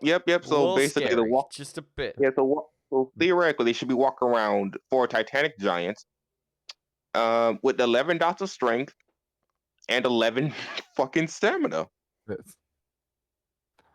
All right. and even Well. more. Yeah, the giants and trolls are hurt. They just hurt. But continue on. All right, continuing on. So moving on to our next topic, it is the Boggans. Yay! The wee folk. Hello, welcome to my treehouse. Would you like a cookie? I made so many cookies. Yes, you may have Yes, a cookie. good sir, I would love a cookie. Kyle is very excited for the prospect of playing. Yes, on you these. get to play a cookie. Yes, have a cookie. Delectable, good sir. And now we're all familiar with Lord of the Rings, right? Yes. So you notice that every single fantasy story needs to have at least some sort of variation of the Hobbit. Yes. And Yeah. for the The Kith, Hobbit that are would very- indeed be the Boggans. But the Hobbit is trademarked, so you gotta call it a halfling. You gotta call it what was it called in Willow? I don't recall. I didn't watch Willow. Let's see, Willow. I had this whole list prepared and I just didn't save it. It happens. Don't worry about I it. feel that. But yeah, you notice that we have all this like AKA stuff that we call stuff that is clearly a Hobbit, but because you can't call it a Hobbit, you just call it something else. Thanks, That is J.R.R. the Boggans in this Tolkien. game. Yeah. Midget, Peter Dinklage. Dieter Pinklage. Yeah, So you're that going guy's over a Boggans, jerk. and once Anyway. again, these guys are just universally good people in the World of Darkness. Where I don't think there's a single faction out there that has a bad thing to say about the Boggans. That's fair. They're just is- decent people. Now, Yeah. Fuck yeah. No, here's the irony. They never got a Kith book. they And did. the in the original hold on. In the original run of Changing the Dreaming, White Wolf ran out of money before they could release Kith Book Boggin. All they had was the first draft. I cannot give you that first draft because the website that draft was on is now 404. I can't open that link anymore. But there were rough ideas that were taken from that draft, taken into C20, and finally it took 20 years for it to happen, but we finally got a Boggin book. I mean, there's a second edition Boggin book. I'm looking at it right now. The second, no, that's not second edition. That's C20. Hmm. Look at the year it was made. Check it out. What year is it? Check it out. As we can see here, we have a literary dispute between nerds. No, this one doesn't have the V20 version on it. This. Dog, there is no second edition Kith Boggins. I'm looking at it right now. That date is 2018 on the book. I suppose you're right. Yeah. So we cannot confirm nor deny. Yeah, so they never got to actually make the book until C20. So you can tell that this was written in a different time period because there's a lot of information here that I feel is just extraneous, that it's here in the book, but it doesn't add anything to the story. It's just here. That's all it is. It's just here. Yes. And we'll go over this in a quick and timely manner. So how were the Boggans formed? Well, after the Fomorians were chased off by the trolls and the Shi, hope entered the hearts of all of humanity. And that hope is what led to the creation of the first Boggin, where Fuck yeah. the hope that I could live a life of prosperity, I can live a life with my kids and my wife, formed what the Boggans would be known as today. And these were these little tiny English folk. They probably didn't speak with English accents at the time, but I'll let Old you mention English, those, probably. accent. And the 1239 said, "Oh, cool, you exist now. Okay, I guess you're going to go off into human societies and help them prosper." And the Boggans said, "Hey, that's what we were born to do. We're going to do that, just that." And they started stuff like oral traditions, the family unit, the house, what labor would be, what would become known as trade and bartering. What you would know today as modern day civilization was started by the Boggans. What you know today Fuck yeah. as normal was their idea. Basically, reason like the first scene in the Lord of the Rings, like in the extended edition, when the narrators talk, or when Gandalf is talking about what the hobbits are up to with the whimsical, violin music playing in the background. That's just the Boggans Yup. going about their life. That's what life was for years and years. And the Shi looked over and said, "Oh, cool. Would you like to help build our castles? Would you like to help make our clothes? Would you like to help foster our children?" And the Boggans said, "I'd be right happy to." And everything was just cool. Just nothing ever happened in Boggan society, which was the way they liked it. Just, Yeah. we're going to do what makes us happy. What makes us happy is work. That's all we're concerned about. And even with the Bronze Age, even with increasing banality with the Middle Ages, they didn't let that deter them until they woke up one day and the glamour was gone, the banality was creeping up on them, and the only way they could exist was possessing human souls. Thus becoming a changeling, when your changing soul combines with when your face soul combines with a human soul, turn you into a changeling. And they looked around for the she and found out they were gone, and they thought, what the hell? I built your castle. I hung up your chandelier. I taught your 2-year-old child how to walk while you were off to war. And this is how it ends? You just leave me? I slept with you when your mistress was bored. I mean, What? Oh, the Boggans would do that. The boys are just heartbroken about this, saying, all right, well, can we continue with the way of life we were doing beforehand? We can? Okay, we'll just go back to what we were doing before. Yep. We'll be fine. Don't worry about it. The Boggans, to summarize, they are the, for people who couldn't guess already, the Boggans are the dream based on the hearth and the home. When you dream of just going home and sleeping on your bed and there's just rain outside, that is the Boggan. Like, how many times have you dreamed where you've been in your house? I mean, honestly, very rarely. Yeah, where you tend to have adventurous dreams. That's a common dream setting with a lot of people, just being inside your house, like a 1-for-1 recreation of your mind makes of your house. Okay, let me rephrase that. How many times have you dreamed when you were just sitting at home and it's warm and comfortable and you have food in your belly? Or a nightmare where something's trying to get into your house and you're defending it. Stuff like that. That I might have had 1 or 2 times. Well, I remember there was one too where it was this like creepy nightmare I had where it was night outside. I was looking outside. And there was like this. It looked like a Heartless from Kingdom Hearts, but it was like larger and bulkier, and it was walking around on all fours. And it made eye contact with me when I looked at through a window, and it started running for my door, and I just ran through my house and managed to lock the door and barricade it before it could get to the door. Yep. It was just a dream. I was like trying to keep tabs on this thing, like reaching up, like I had a gun like formed in my hand. I was just like watching it through the window, aiming my gun at it for the entire dream. Just trying to make sure it didn't get in the house. Bro was literally in the fucking Mandela effect. Mandela. What was it called? The Mandela catalog. That's it. Yeah. Mandela effect is something different. That's like the Fruit of the Loom thing. Is Joseph Mandela dead? Or Pikachu. Yes. And of course, you had the false heroes, House Liam and House Skadok, that would try to galvanize changing society, and it just wouldn't work. But the Boggans didn't let it get to them. They just said, all right, we're going to try to do what we did before, but without the Slua. Without the she around. I said Slua because I was looking at the word Slua. It's all right. Instead, the Slua, it was this plot point that was around that never went anywhere, that C20 brought for a minute. The Slua had this ongoing rivalry with the she and said, well, now that they're gone, we're going to be the kings.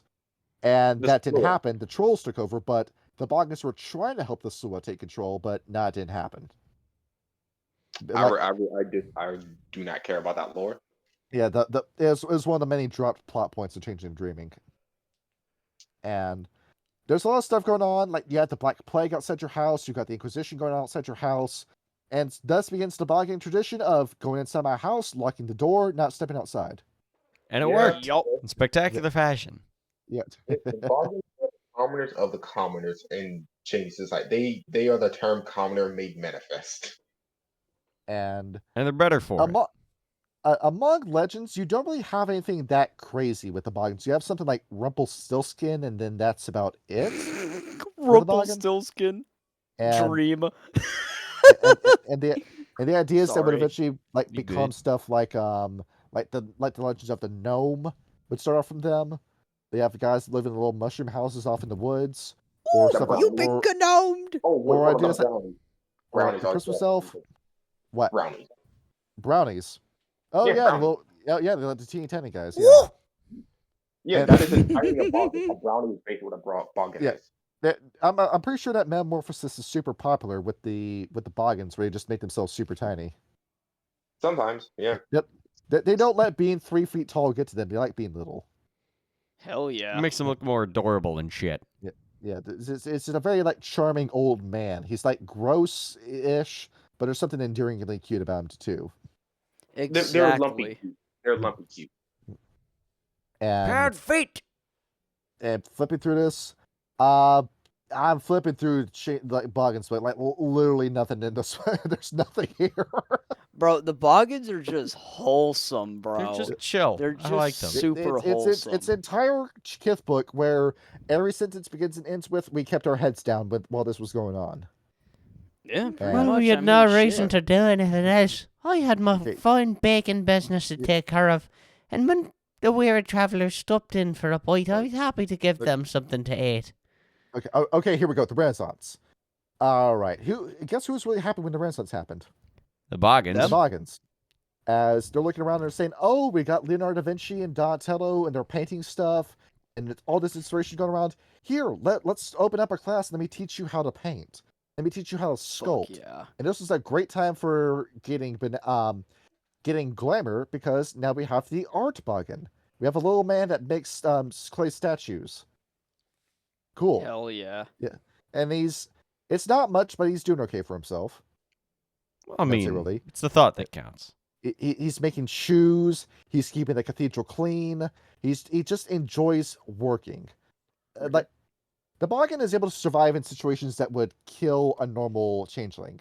You have Boggans that will go into an office job, and this would kill any other Kith being in an office like that every day. But the Boggan can find so much joy in just filing paper. They find amusement in the boring stuff that they're able to generate glamour off of doing that. You can take something That's that's fucking boring awesome. and you make it fun for you. Literally, And- that's what I do at my job, you know? I face shelves and I just listen to music and I just let my imagination fly. That's the fun Yeah, the part Boggans about like take- just like a mindless doing it, just stacking job. That's why I liked working at Home Depot. That's why I like doing resets when I have a reset that I can make a few edits to. That's something I take pride in because hey, I got us more space. I rearranged this in a way that makes sense according to brain flow, and I'm able to help like push this product out a little bit more. It sounds boring what I'm talking about, but I find satisfaction in doing it. It's just No, like a no, I nice, easy completely job get to just you do it, you get paid, you get to take pride in it, you get to go home, have some warm food, and then a nice, chill place to crash after a long day of hard work. And with the Renaissance came smoker's lung. There also came fashion, science, gadgets. Well, really, the knockers would jump on this more than the Boggans, but the Boggans got into clothes. They said, "Hey, you like high fashion? Here, let me design this dress for you." It's almost as if the Fuck she yeah. never left. I get to make dresses for princes and princesses now. And it's Basically, awesome. And you notice that what we're saying like normally isn't interesting. It's just it's mildly interesting. it's No, like it's a slice of life. Yeah, And they're or the uh, simple things in life. That's what they represent. Take joy in the simple things. Yeah. You've got all this. it's a sense of it's normalcy in an otherwise unstable and an uncertain world. The printing press got made, and he's helped print Bibles, and he helped make the Bible well known. They used to print books that they liked, and got those books sent out. They helped teach people how to read, how to write, how to be educated. They became teachers. They just lived lives where they themselves didn't do anything spectacular, but they helped other people live a spectacular life. Where, Fuck yeah. once again, that story of self-sacrifice.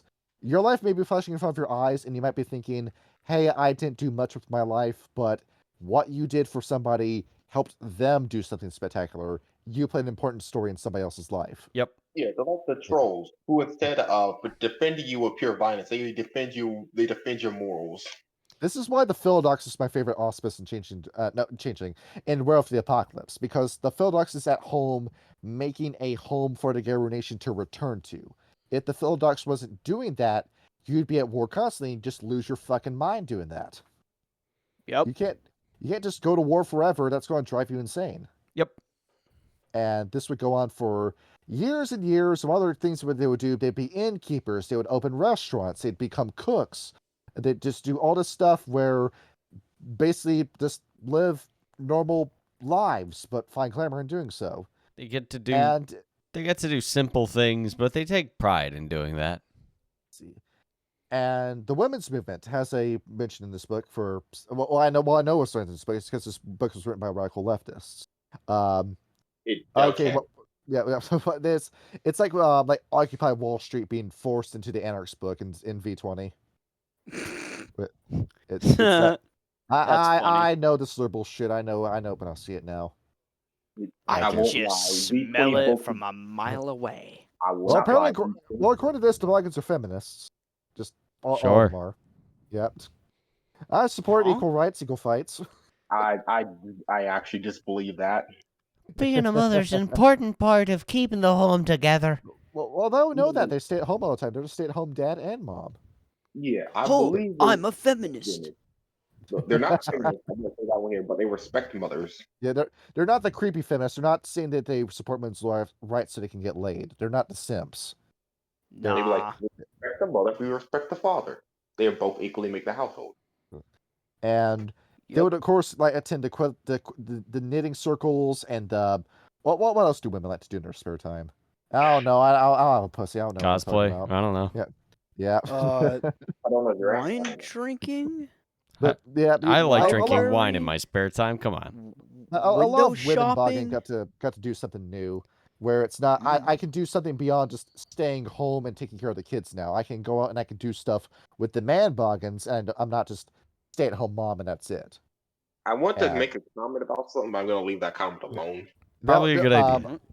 Would you like to imagine that? I don't know. The Boggans were the ones who made the first Barbie doll in the Okay. 50s. I mean, That- we saw the movie. I mean, Yeah, we saw the Barbie movie and it was better than we thought it was going to be. it's It was, phenomenal. it really was. Highly recommend it. It turned into a dude thing out of nowhere. I don't know how, but it did. Carl's favorite scene in that movie is Ken getting red pilled. Yeah, just Oh, the Ken God. discovering misogyny was the funniest shit I've ever I seen. heard you laughing during that part, and I turned to look at you. You I had the was- biggest smile I've I ever was seen. cackling. It was hysterical. And then at the end of the Oh, movie, where God. he's like, "I just thought it was about drinking beer and riding horses." Yeah. That's just being a dude. Kind of based. I No, wanna no, push no. you around. I heard that on the way home from work the other day. I just couldn't help but laugh, and I knew all the words.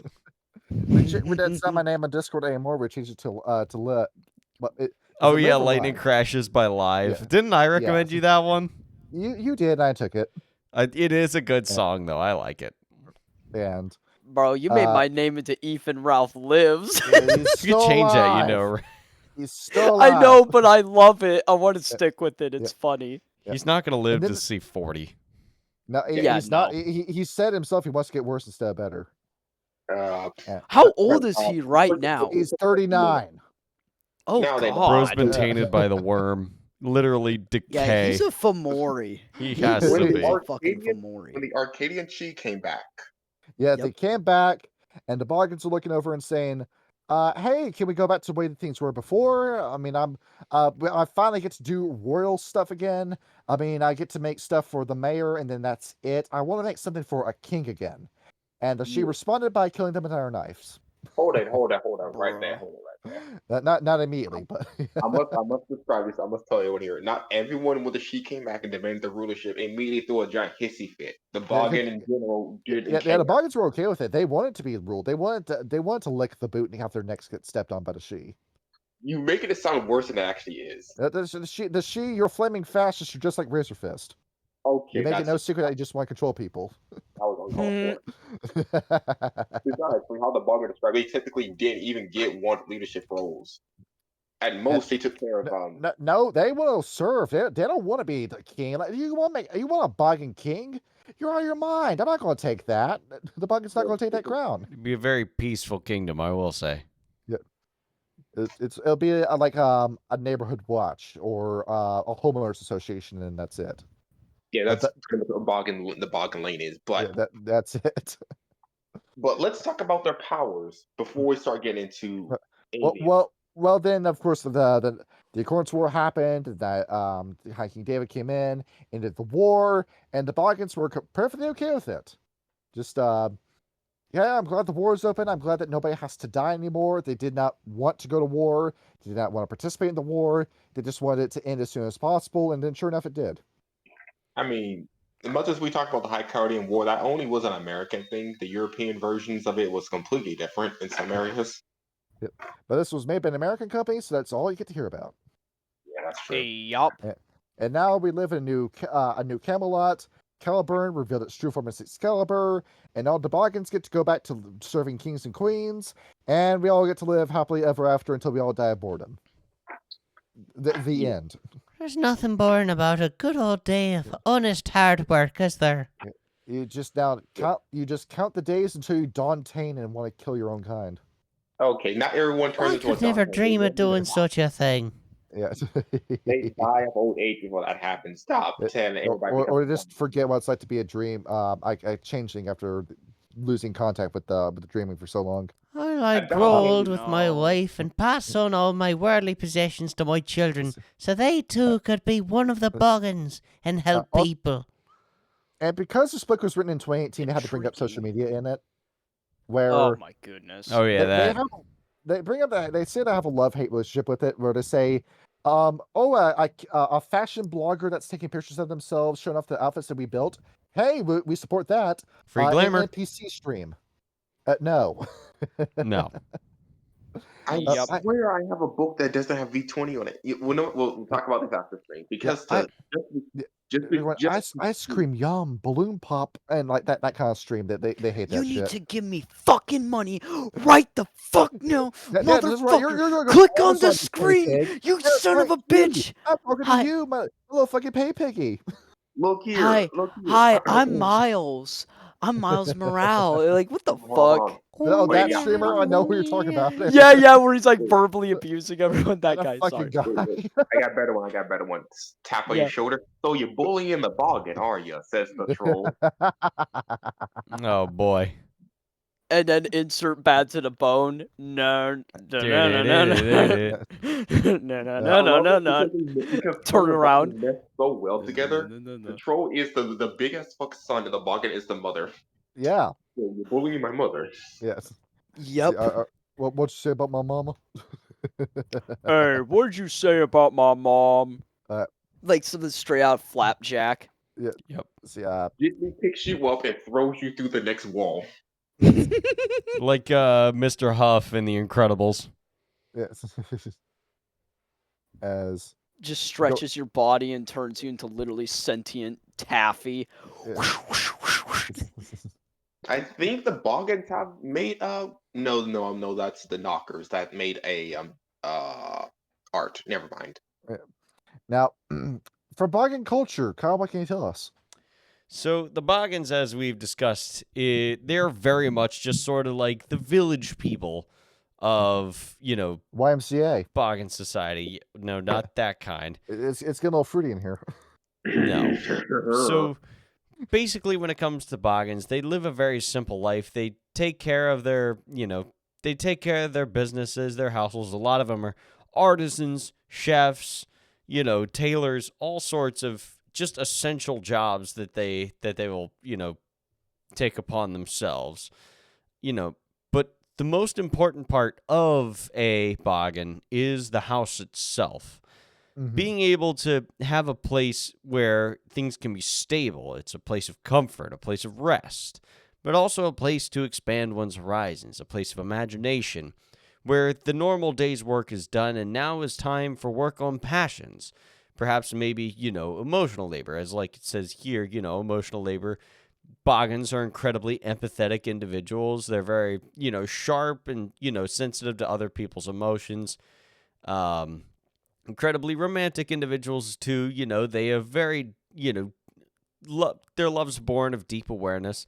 Very emotionally intelligent creatures. They like to spend time with each other and realize their affection through very subtle means. They're just, very, very comfortable around one another. They don't mind sharing some secrets, which brings me to gossip. Gossip is another essential part of Boggin society. They don't like to out and out, be rude to anybody that'll go against their nature. But, when a Boggin circle forms, certainly there's going to be some ire thrown towards the people that have perhaps, not thanked them for their work or not appreciated what they've done, or perhaps even, insulted the work that they do and demeaned them in their status as just common folk within society.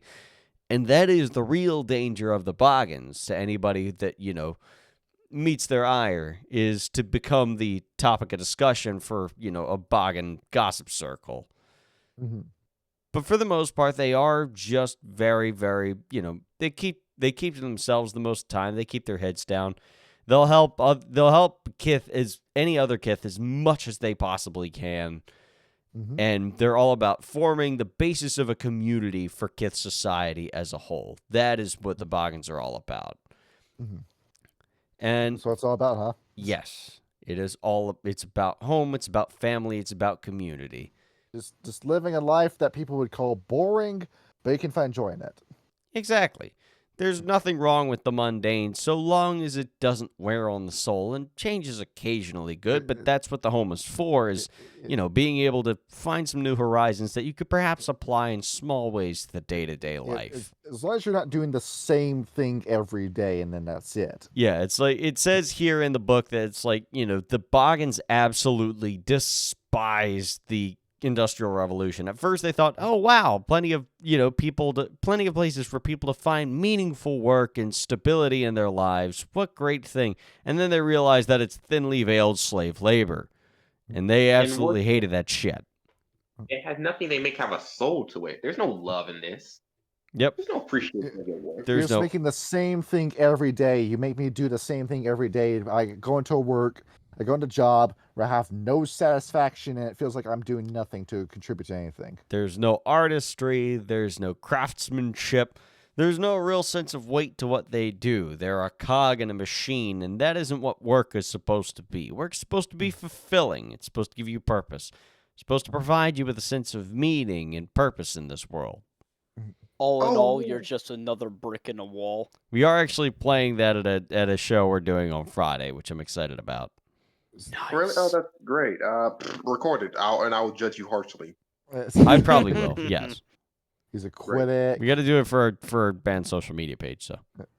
Oh yeah. Another thing about the Boggans, they're surprisingly matchmakers.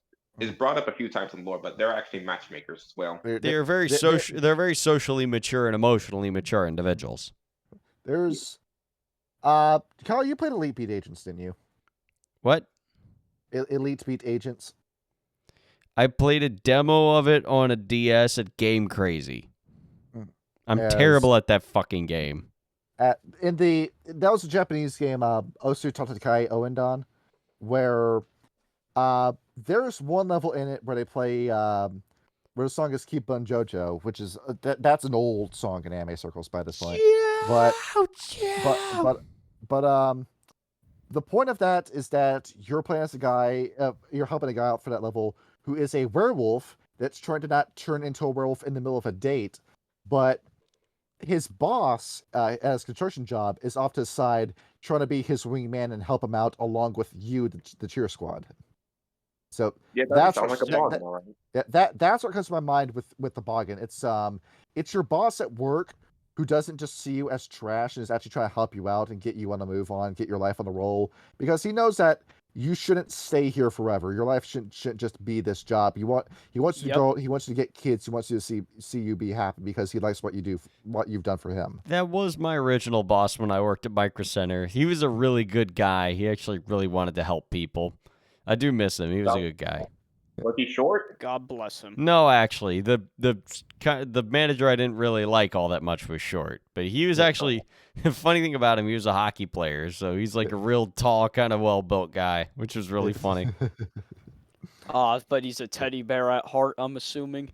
Until somebody like checked his teammates, so he beat the shit out of him on the ice. I saw the video; it was funny as fuck. The stark contrast and duality of man. I mean, he gets all his aggression out on the ice, so he can be a sweetheart at work. So I was just fine with that. Hockey brings out the inner demon in you. It really does. It was invented by the Vikings, you know. It was? No, hold on. Yeah. It's the Vikings. What am I surprised about? Let's see. And with the Boggans, now out of all the kids, which is the Seeming that loves kids the most? Seeming, probably. Out of all the kids, which one loves kids the most? I would say either the Boggans or the Ishu. It is the Boggans. That's the correct answer. That makes sense. Yeah. Where if you need a better nanny or a better godfather, you cannot beat the Boggin. The Boggans love kids. They love taking care of kids. They love seeing kids be nurtured and grow up.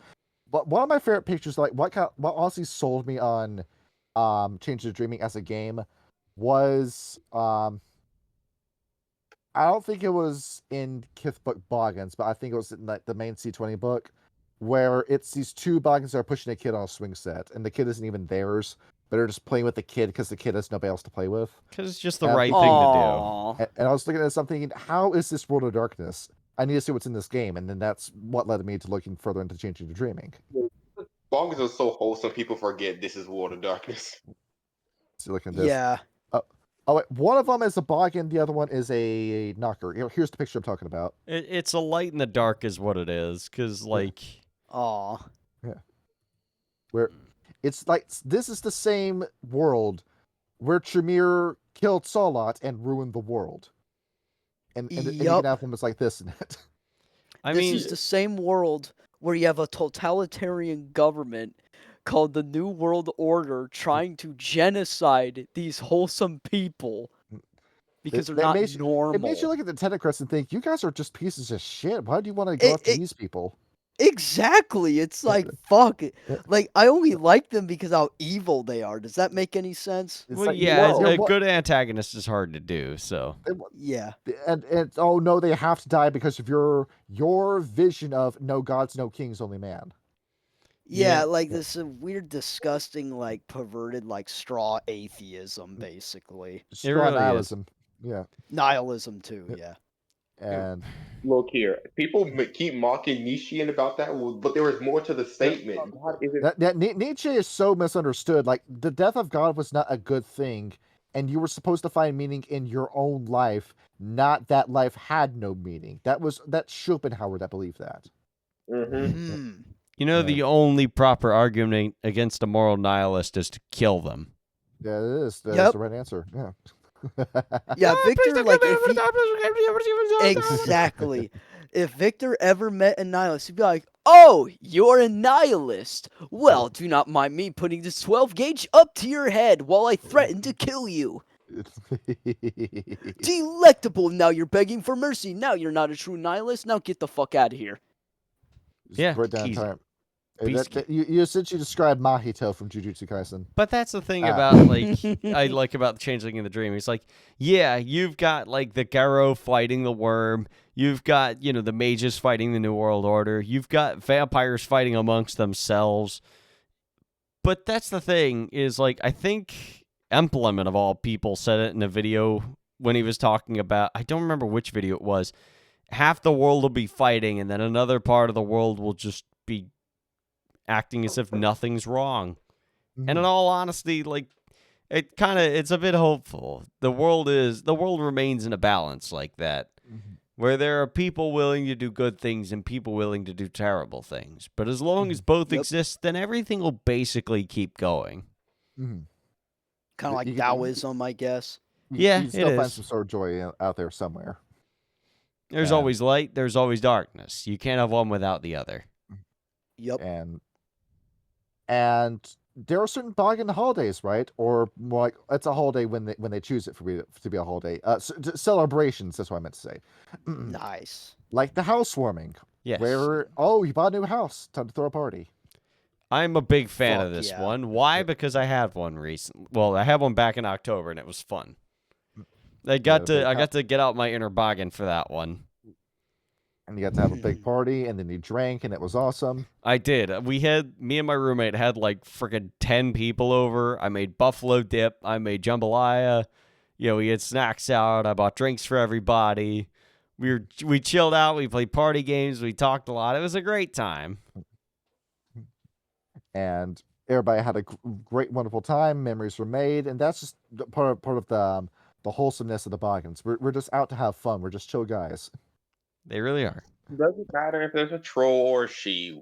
We still care more about hearth and home.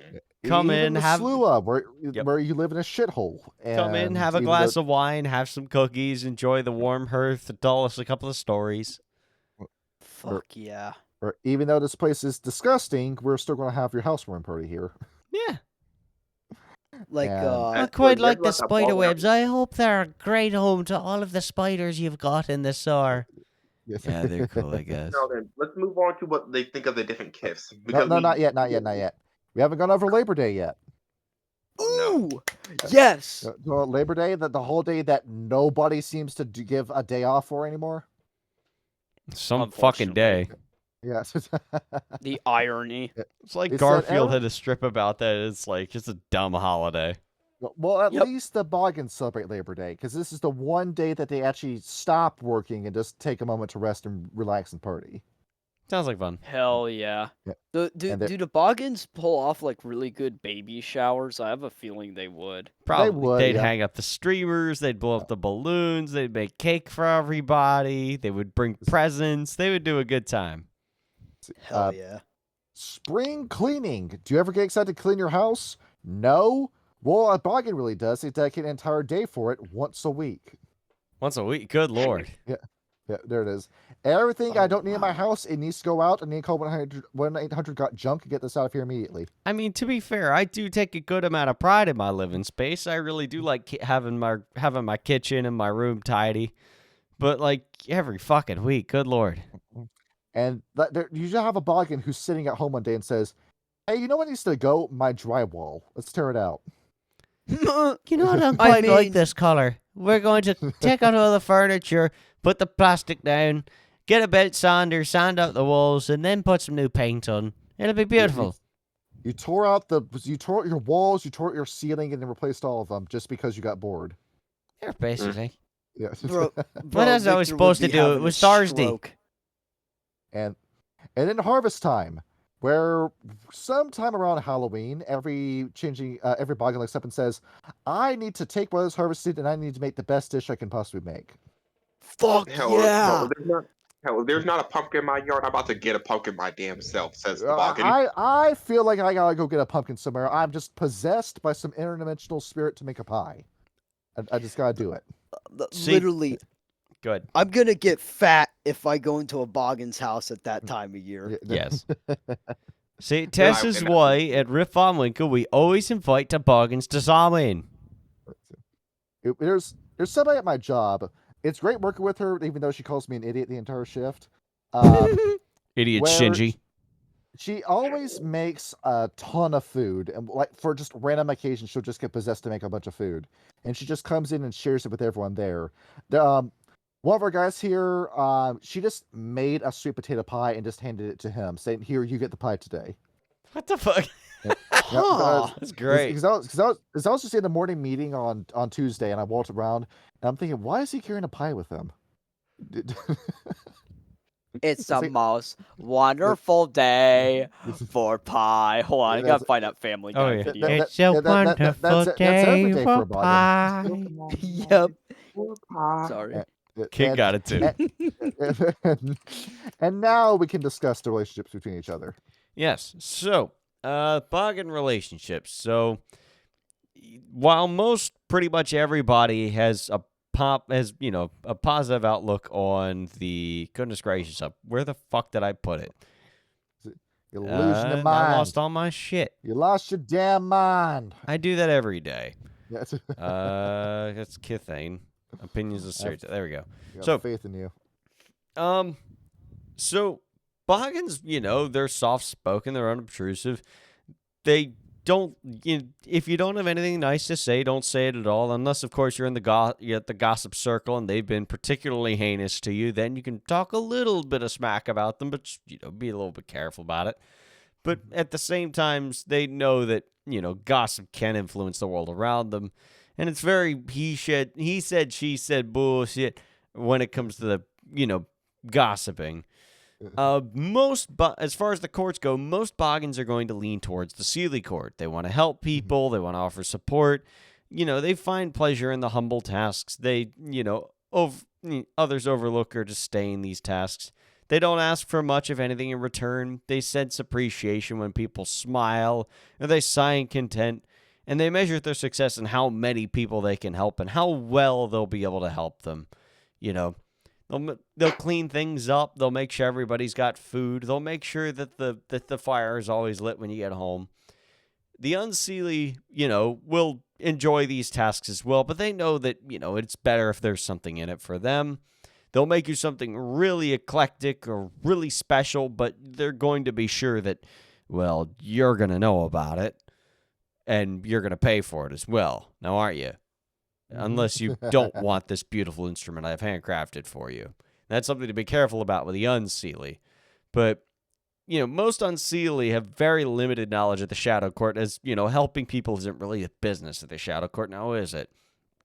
And Nope, even not the really. most Unseelie of Boggans, in their preference for mediation, talk over action, makes them subpar foot soldiers for the Shadow Court. So they mostly stay away from them. Like, it's either you do it because you enjoy it or you do it because, it's a good way to twist somebody's arm into being a butt or into, making a buck. And then there's also, the whole Boggan list of rules, the Ishat, which, is all the rights of the Boggans laid out upon it. There's the right to demesne. Dement. D-M-E or D-E-M-E-S-N-E.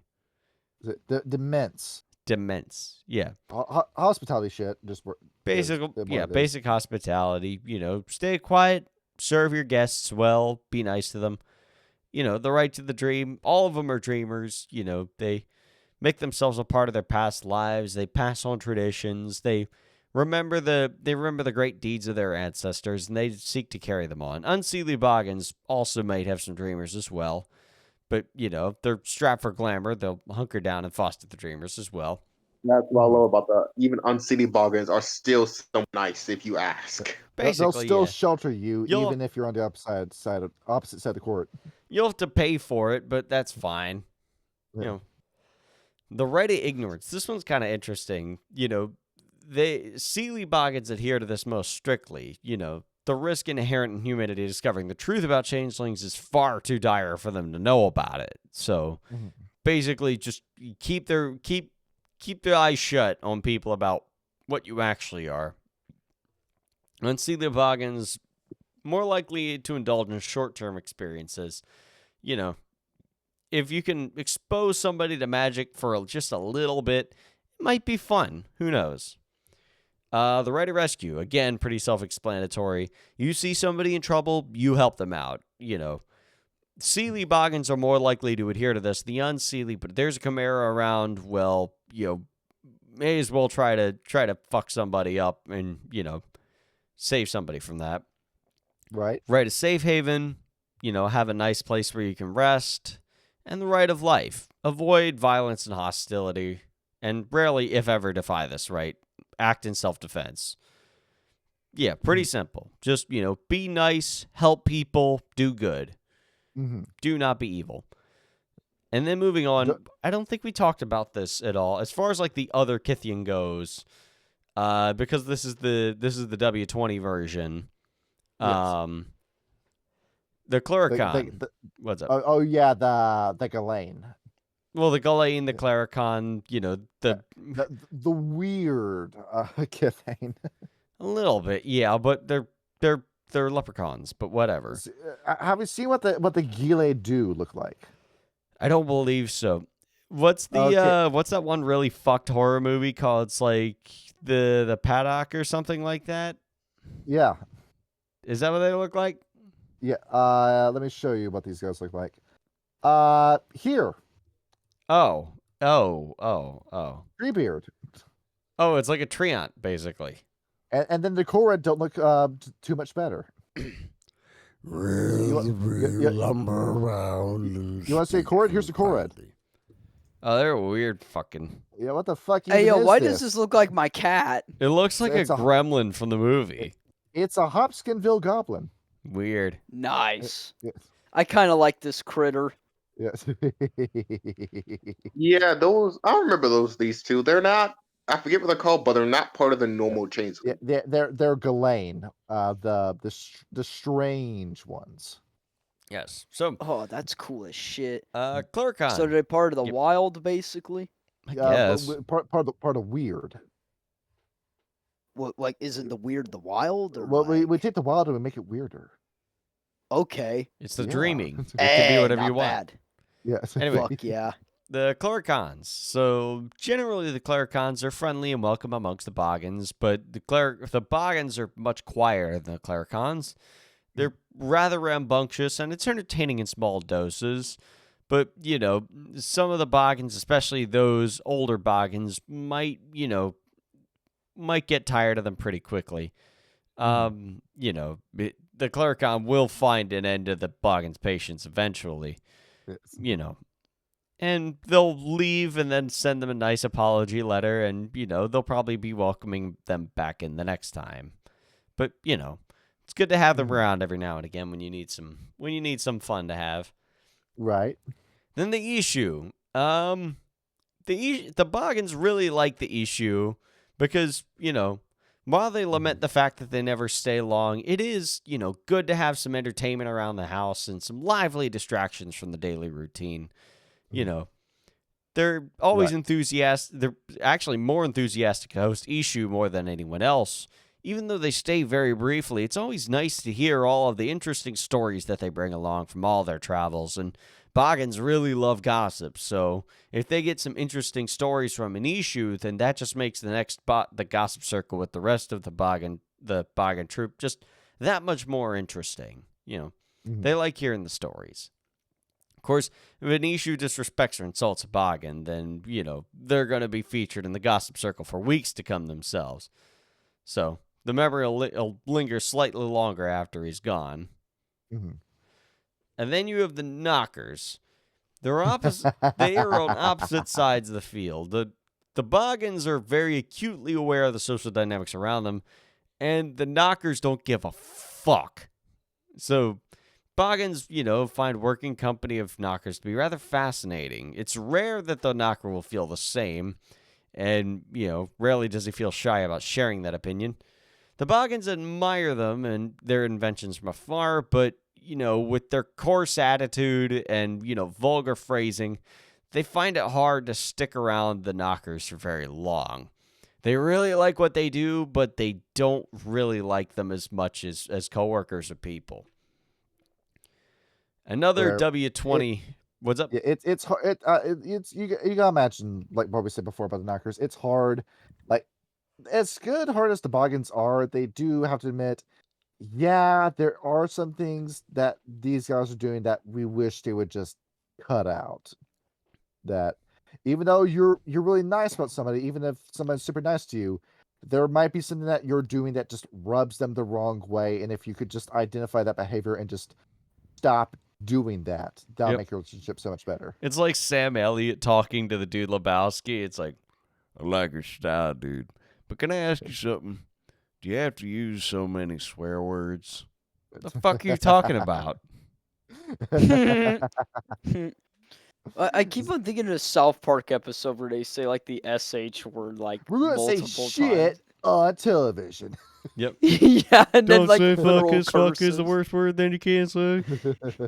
Uncle Fucker. The movie. Fucking beautiful movie. I love how they It's a fucked with the curse word censors for a on that, where reason. it's like, I think you have to have less than 400 swear words in order yes. to be rated R in theaters. So they did the theatrical cut of the movie. It was exactly 399 swear words. Yes. That's I love- funny. Respect. It's Matt Stone and Trey Parker knocked it out of the park with that. Those two are geniuses. They are very good. Dead Another ass. yeah, sorry. Another back on topic. Another W20 Yep. race. The Pisky. They have a unique relationship. Boggans are actually very good at identifying a Pisky, no matter what disguise they have on. And the enthusiasm Piskies display over any momentary fascinations are, a lot of fun for the Boggans. And especially as they sometimes gravitate towards the hobbies that Boggans themselves enjoy. They feel the need to take very careful stock of their belongings while Pisky are around. And, but they do enjoy teaching Pisky about, anything that they're really willing to learn about.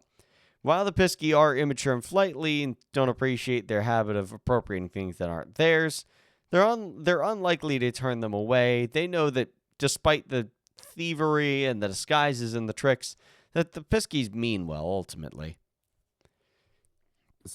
We have Energiner in our changing game playing a Pisky, and there is no Pisky Kith book, so it's hard to get resources out of it. Yeah. They came with D20.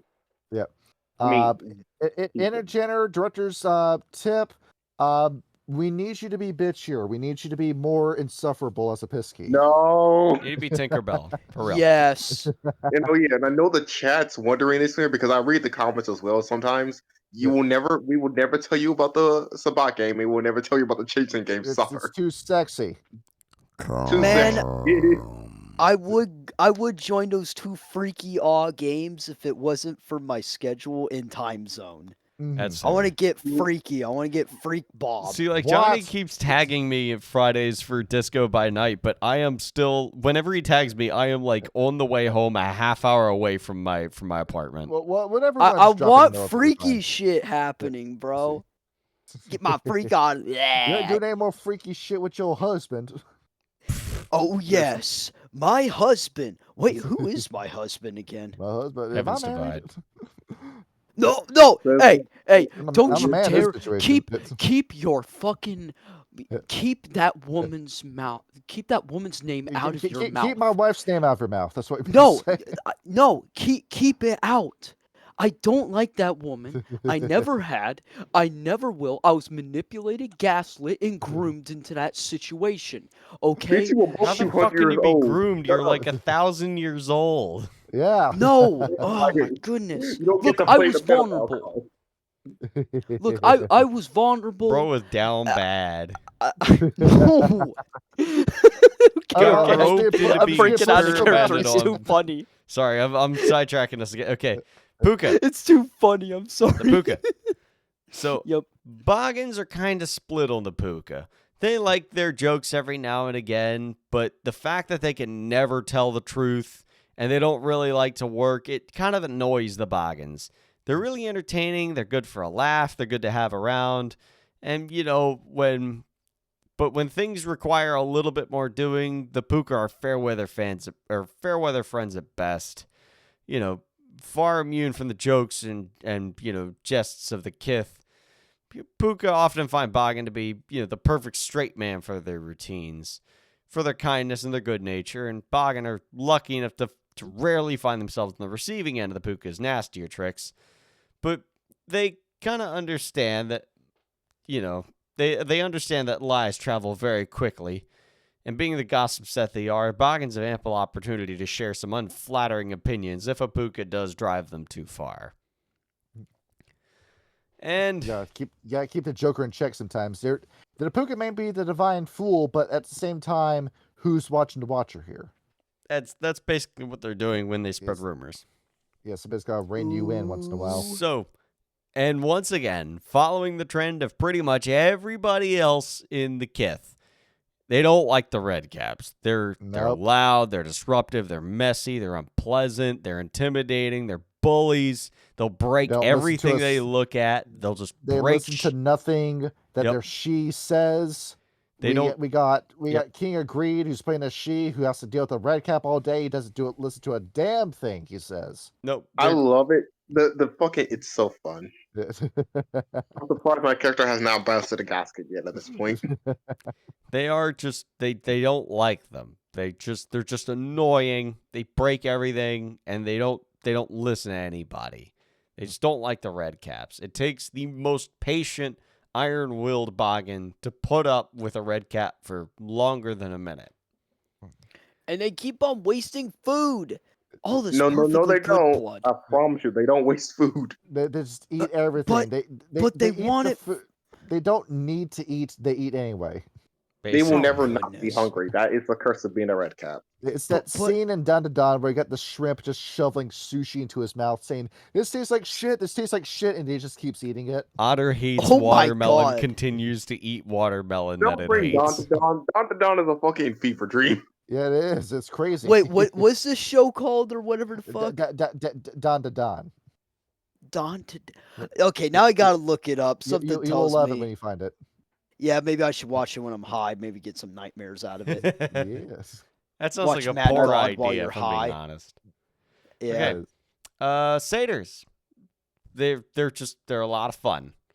Like, when there's a They party are. in town that's being hosted by a satyr, sure. Go on, bring a cheese platter, bring a bottle of wine that you made, and, talk to them about all the beautiful art they have hanging up in their safe haven. They collect literature, they're also good craftsmen. They like people that can celebrate art. And, the Boggans are often prefer the quieter, more introspective satyrs, but occasionally it's fun to go out and just have like a nice, fun, wild evening and be the guest instead of the host for once. And, they're just as likely, if they had a good time, to stay a little bit after and help the satyr clean up after they're done. It's That's just the fun. bro right there. Yep, it's like, hey, thanks for the party. Let me help you do the dishes. Well, we do dish shit. And then we have Selkies. It's a little bit bittersweet with the Selkie. Half of Selkie's heart and soul are constantly ache for something, and it's one of the few things a Boggan might not actually be able to help with.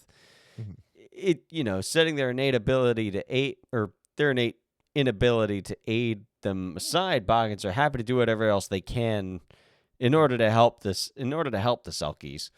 Much like the Ishu, they're aware that Selkie companions don't stay long, but whenever they get the chance, they always want to help them out wherever they can. Yeah.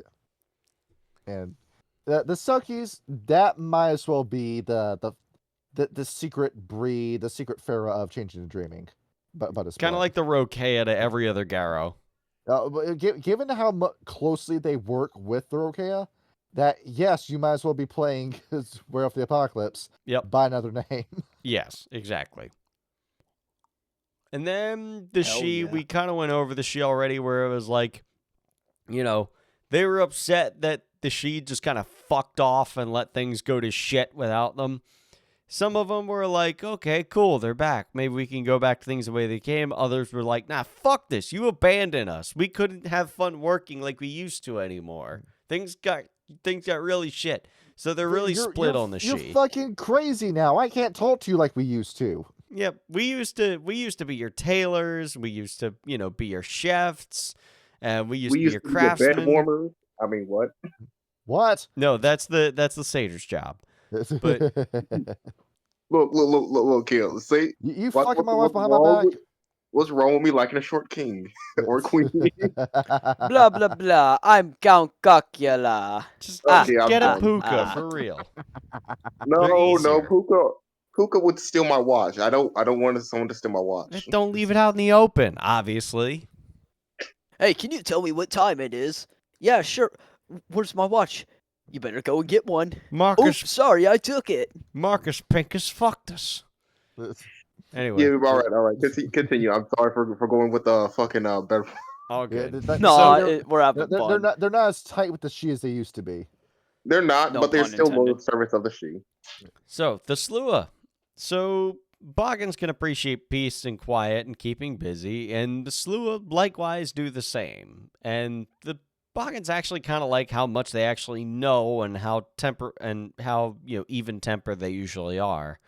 They with the Boggans gossip circles and the Slua collecting knowledge, they usually have a good web of information between the two of them. When Slua leave their havens to spend time with other changelings, Boggans are really happy to sit around with them. Boggans are like the extrovert that adopts the introvert when it comes to the relationship between them and the Slua. Befriending a Slua is always going to mean a gold mine of information. Slua collect all manners of literature, from shopping lists to love letters to everything else in between. And as long as the stream of information goes both ways, Boggans and Slua usually share very long-lasting friendships, but Slua can occasionally get prickly when they feel like things aren't going their way. Of course, it's especially true for Slua, who serve as advisors to the Unseelie court, who are unwilling to give up more than they receive. But it likely leads to tumultuous argument as jab here or there to bring some unbalance to the correction. But that is what it is. That's just Unseelie Slua. And then finally, we have the trolls. Boggans really appreciate the duty-bound and honorable trolls, and the quiet intelligence they bring to the courts, as well as their tireless efforts to protect all the fellow Kithian. If they're the knights, the Boggans are the townspeople that they work to protect. Mhm. And while they find some trolls kind of boring or manipulated by their oaths, Boggans do respect their devotion to those oaths in general. And they're more than happy to help them out, provide them, new weapons or new clothes or a place to rest after they've done their guard duty for the day. And they're just willing to help them because they know that it's good to protect the people or help the people that are protecting you. Just bro things, Yep. Oh, Constable, I see you're done with your shift. Please come inside for a warm cup of tea and a hot dinner. See, Wait, I'm the British man. Oh, you the troll? Hey, come on in here. We got a cup of Joe on this table. Joe's coffee. Yeah. Wait. Have a cuppa. Do you prefer tea or coffee? Wait, this makes me think of isn't it like in Mario 64 where you kick the little baby penguin, the mama penguin comes after you? Yeah. Yeah, that's literally what happens when you fuck with a Boggan. I And there's a usually troll just drop it off the side of the map because it's really funny. or like when you fuck with the villagers and the golems around. Yep. Yes. Here. It kills your ass. And then the golem comes over and kills you in 2 swipes. It's like their house is on fire. Or like in Skyrim where you steal the mammoth cheese and the fucking giants just ragdoll your ass. Yeah. It's this delicious Mammoth cheese you can't must have be any of really it. hard to come by. It's probably delicious. Imagine milking a Yep. mammoth. I mean, Mammoth milk. being a big giant, I mean, it makes sense. It's similar Wait, size hold to on. you. Mammoth milk? Hold on. Is it male mammoth milk? Yes. Wait a second. Well, this just Hey. got sexy. Hey, who stole my No. jizz? It's my ex. That bitch. Okay. She's drinking it in front of me. Disgusting. hold on, What? hold on, hold No, I'm on. about to dab my forehead off after this. Nah. Jesus There's Christ. something wrong with that. Who is your ex, Malkavian? Who is your ex? Heaven's Divide. Oh, she God. she claimed that she gives heaven, but she gave me hell. Yeah, that about sums it up. Oh yeah, She that looks reminds me. I gotta She talk to looks like a Danson. lesbian. Yeah. Think of it. She has short hair. I have long hair. Wait, does that mean I'm a homosexual? Oh Yes. no. God damn it, And Malkavian. It's quiet, you. Hey, what? see, Listen here, Malkavian. I don't know who let you in this meeting room, but you need to be quiet. he's Well, I sucking out mean, my if I tires. have long hair, does that make me a homosexual? No, it's give the him permission. piercings. Oh Give him yeah, that permission. too. I'll throw him out the window. Just give him permission, see? Just give him permission. Well, if you're Bro. gonna throw me out the window, you have to throw me like a see. dart. Do we have Aerodynamics. any He's top heavy. treasure? Do we have any Anyway, treasure? shut up. Oh, See, wait. Yeah, hold on. We're going to get into the treasures. Let me pull them up, too, because they have some unique merit. let's see. So you have to go through all this stuff. And I don't get why, out of all World of Darkness books, it's this game that gets every single book uploaded onto the wiki verbatim. Because it's easy. It's so hard to just get easy access to werewolf information, but anything involving changing, nope, it's on the wiki. Yep. Easy. Oh, you do have evil versions of Boggans called Boggarts. It took you a long time to think of that name. Yeah. Oh, wait. We They forgot should to just bring call them them up. boogers. Forgot to bring them up about the trolls. But each of the kids, the ogres. the evil version of them, they're called ogres. Yeah, For we brought them example, up. We mentioned them briefly. yeah, ogres are nasty as fuck. Do never try to grapple ogre. Don't try that. Oh yeah, you will lose that grapple check every time. Yeah, Oh And- yeah, go away, I'm beaten. because the ogre who actually built it to strength is how around 6 to 7 dots in strength, plus a lot of their brawl and plus the glamour rating because they add that to their grapple rolls. Yeah, so you will never succeed that grapple shit. check. You are not being ogres and grapple rolls. No, unless you are a werewolf, do not try that. Or another troll. But- Yes. But yeah, they're looking over at the Boggarts, and the Boggart does the same thing that the Boggin does, but they do it for evil. We're going Yeah, to build they're this thing they're for greedy evil. businessmen. They're greedy businessmen. I know. Evil! I quit drugs for good. Now I only do drugs for evil. Is that they build a house for you, but the house has a foundation problem that they knew was in the house, so you could then pay them to fix it later. Basically. Yep. Yeah. You Why want the to start fuck off does with that sound American like my Treasures landlord? because I'm looking Anyway. at something different from the 20 book. You want to start Alright. off with? Let's look at this. There's only a 20 book. I have some that's not on the 20 book. There is no such thing. Well, what are you looking at? The main version? The main version, yes. You're looking at the rules book, okay?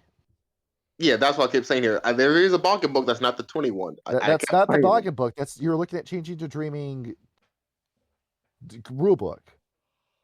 Hold on, second edition. hold on. No. At this point, I have to share my screen. There we is go, no such audience. thing as the pull up what you're looking at. Now, Okay. nerds are in a literary dispute. Pull up what Now, you're looking do at. not mind That's this C20. commercial. That's C20.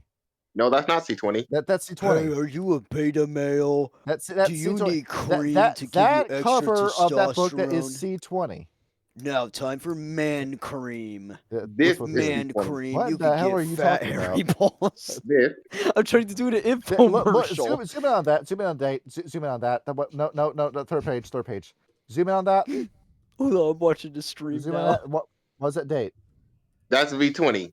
But This is the 20 one. Now I'm going to show you the other one. That's the only book there is. Now this is the other one.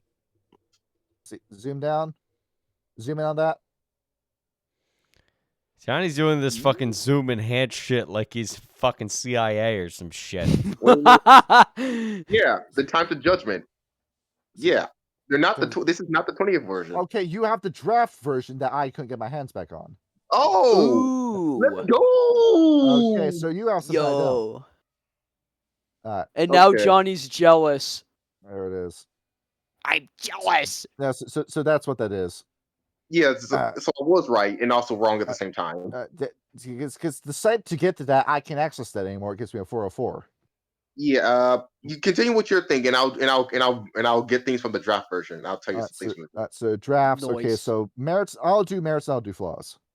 Okay, go on. So you're what you're able to do with the Boggin, they all have an innate ability to just tell social dynamics. They can tell if you like somebody or if you don't like somebody just by standing next to two people. It's that easy. So you see why they were so good at being matchmakers, right? Yes. Yep. Frailties. A Boggin cannot stand seeing somebody in need. You have to roll willpower difficulty 8 to resist giving somebody charity. And they have to be actually in need, not like, oh wow, I could use an extra 5. No, they actually. It's not that homeless man on the side of the road who's not actually homeless. No, it has to be someone like in actual need. See, you have easy stuff like Night Worker, which just makes your rolls easier to do during night. Nimble Fingers, which reduces all 5 motor skill rolls by 2. Trusted, which might as well be the fame merits, but the fame background that you take for 3 points. Chivalrous Heart. Maybe one of your previous incarnations was a knight, or perhaps you have an overwhelming sense of duty, but you have a -2 difficulty to all of your rolls when you are defending somebody physically. That is very good if you're going for a tank build. Yeah, where I believe so. Noise. Yes. If you're taking primal and you take that's going to be very good. And then 6 points, dude. Hidden strength, hidden stamina.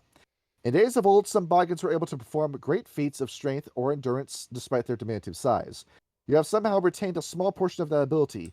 You have an additional dot in either strength or stamina, although you do not necessarily look like you have it. Good It's an sleeper extra- pill too. An extra attribute, that's just good. So in Look other at words, this. you're gonna get fucking humbled. Flaws. 1 point. Teddy bear. All attempts to intimidate somebody is made at +2 difficulty. Aversion to clothes. For some reason, you just want to be around naked all the time, like a gangrel. to be fair, that's how brownies were sort of naked. The brownies Streaker. were sort of naked. See, 3-point flaw. Being counter. You thought your job was boring? No, we can get even more boring. You have to do a willpower 6 difficulty roll to resist yourself from doing something ridiculously boring, like counting beans that have spilled out of your coffee mug. of your coffee of the bean pot, or rearranging your files in alphabetical order, or as to how fit the corner of the paper is. Doing something incredibly tedious that just wastes time. Or just doing like boring ass ASMR of like the most weirdest niche shit. And then doormat 5-point flaw. You must make a willpower roll difficulty 8 anytime anyone asks anything of you. That's kind of rough. Yeah, that's you're going to get taken advantage of very quickly. Oh wait, I forgot one other benefit that the Boggin have. Tell it. Scene helper. If the Boggin is not directly looked at, they do everything they do whatever they're doing in half the amount of time. Yeah. A watch spot never boils. Yeah, that's basically the Boggin. You say, all right, Boggin, I need you to repaint my house. Turn your back around for like an hour. You come back, the house is entirely painted. Huh? Yeah. You called Beautiful. Rhino Shield. Wasn't there an episode where like SpongeBob like is taking care of Squidward and Squidward's being like an asshole or something? Yeah, it's. No, I to do be fair, remember it- that episode. Yeah. Yeah, where he loses his job. SpongeBob Squidward gets so much slander, but you would be Squidward too. You have to deal with SpongeBob. Yeah, which is ironic. All right. Any more treasures, merits you guys want to go over before I go with the ones? You go for treasures. Okay. All right. I'm gonna bring up some treasures. Oh wait, hold on. Before we go, you forgot to bring up one merit, Giant Slayer. You read it. Okay, let me actually go over to the other book. Let's see, Giant Slayers. Who's going to pull this up first? I said you read it because I thought you had it in front of you. I was on the other book. This one does not have Giant Slayers. Let's see. Guys are gonna Merits beat each other and- to the punch. Merits and flaws. Let's see if I can pull Johnny this makes up. it. Johnny does that with everything. Let's see. Go go go Shit. go go go go go Ah, go! it's not the wiki. Fuck. Ah! It's in the book. I got it. I got it. You got it. I got it. It's a merit that in the V20 book for Boggin, it's a 1-dot merit, Giant Slayers. You subtract the difficulty of all rolls if for everything against combat related things if they are 50 pounds heavier than you. Well, that's everything. And if you take the short flaw, the difficulty is dropped by 2 everything that's bigger than you.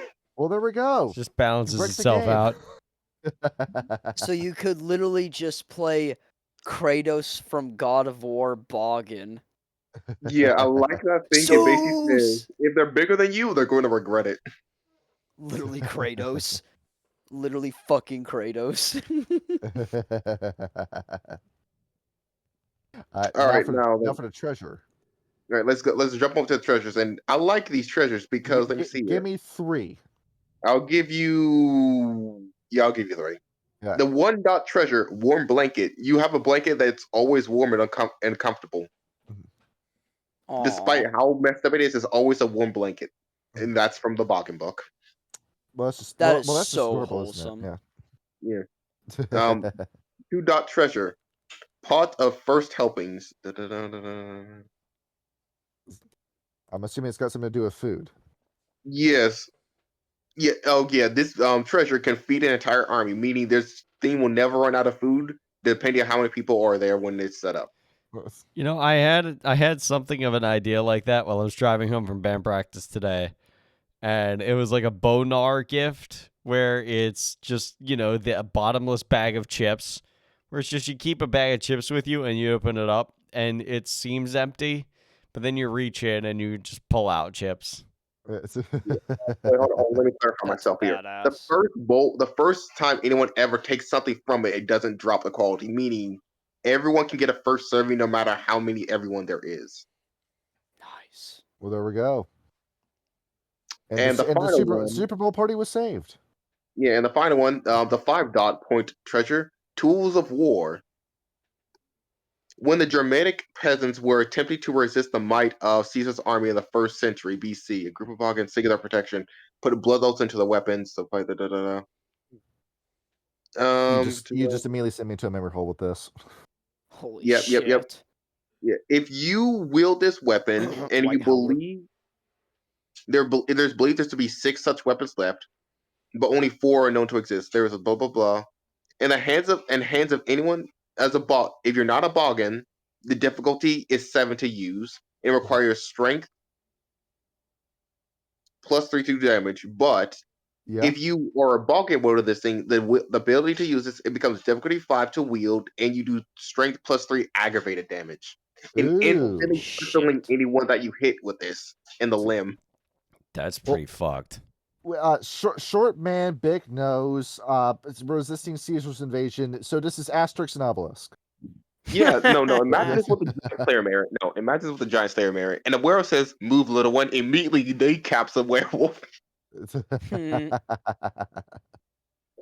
Is come in with a hammer and just smack his legs out. All right. But I don't feel like going over, and none of you have the book, so oh well. So fuck it. book. Well. Fuck it. Everything is fine. I think that's enough content for today. Yep. I was gonna go over their special abilities, but oh well. All right. They get me. We We'll covered do all of it it. live. You hear me? Fuck it. It's Yeah. shit. Fucking shit sucks. I mean, to summarize the dreaming thing before I leave and get cut off. Yes. Their ability to do things fast gets even more ridiculous to the point it takes 1/16 of the time they take to do something. Oh my god. And their social dynamics ones, they instantly understand how a group works fundamentally, meaning I know the connections of everyone of any group I walk into, so I automatically know if someone's having a secret love affair. And It could be that's it. dangerous. I know, yeah, their flaw. If you were even to say that I am tired, the Boggans will run over to you to give you a massage. Wait, what? Yeah, that's the flaw. Despite all the benefits, it means if you were to say something like you were tired, bothered, or annoyed, the Boggan would run over to you and do it for you immediately. That is funny. Free masseuse. Look at that. So, Yeah, pretty much. If you were to say my feet are tired, they would say put your feet on my back. So do we have any ideas for making Boggan characters? Yes. It's kind of know that you're very enthusiastic about playing as these guys. I mean, I was originally thinking just making the Keebler elf, but I could just do like a regular Bilbo Baggins homebody that always just like. But the thing is that like I'd have such a domesticated character. He would just be like, Oh, yes, please, go on inside. Rest your weary box by the hearth. It's all nice and warm. I've got tea in the kettle, and we've got fresh biscuits, and we've got mashed potatoes and corned beef in the oven. It'll be ready in just a moment. Rest yourselves, friends. Ends the road. No. I'm gonna put one in there just to be horrible. I'm gonna put one in there just to be unreasonably nice to Ends the Road, just to throw her off so bad. Find a way to strangle you before the scene ends. Yep. And Tiny little man living in a little house, and he just makes you guys a nice dinner and offers Is you. he white? Well, I mean, of course. So, well, then we have an issue. of course Look, we here, do. all I'm gonna say here, Kyle. All I'm gonna say here, if you want someone to play a changeling or a new Inhi, I'm your guy. We'll see, but you know, I'm not even trying to be like one of the. I'm not even trying to be the show villain. No, I don't mind just playing a new Inhi for the game. yeah. Well, I mean, right now I need to talk to Danston this week because I think I might. I don't. It's probably not going to be this session. You got a spot for him? He asked first before Vic did. Actually, it's just I haven't gotten back to him about it. Like I know what he wants it to do, but I also know that his character ties into your story a bit, so I got to talk to him about that. Oh hell yeah! Do first come first serve. That's what I was doing. Yeah. Hell yeah! Because I've already told you I got 2 trolls of my own made. We have a Boggin in our changing game on Sundays, but we've yet to use her. Boggans are very good, and they should be respected for the work they do and don't draw attention. Oh yeah, but after reading with both of these, I don't really see like a reason to like not use them. Like, if you want to put a changing in your game, these are the first 2 that should come to your mind. they're really easy to put into the game. Yep. Yeah. Just put them in there. Just have them milling around just as NPCs. Fucking just do it. Just do it. Yeah, but reading this book, I want to play a Boggan Knight now. Just a short king or queen Boggan Knight that says, "You will do what I say, and you will clean your hands before you put your hands on the table." You put the food One in way the or bowl. the other. Yep. I will give them the short flaw, and I will give them the Giant Slayer merit. I dare you to disobey them. Yes. Short king. Or yeah. And there we go. I believe that's it for this episode. Indeed. Hell yeah. Play the All trolls right. if you want to hit shit. Play the Boggans if you want to just have a nice time. Tomorrow we get to talk about the worst people in all World of Darkness, the Syndicate. Oh, it's next Oh. Sunday? Yeah, next Sunday. Oh, Oi, Vane! boy. Oh, It's God. it's the damn leprechauns control the economy. Oh my god. This is going to new be tinfoil good. hat. I had to get my See, No, Irish time up for to that one. dement people. No, time to dement people. You remove that hat, there's a little tiny green hat beneath the hat. Oh, Oh my Jesus goodness. Christ. The damn leprechauns controlling all my money. Lex Luthor head ass. Yep. Skippy has your money. Yep.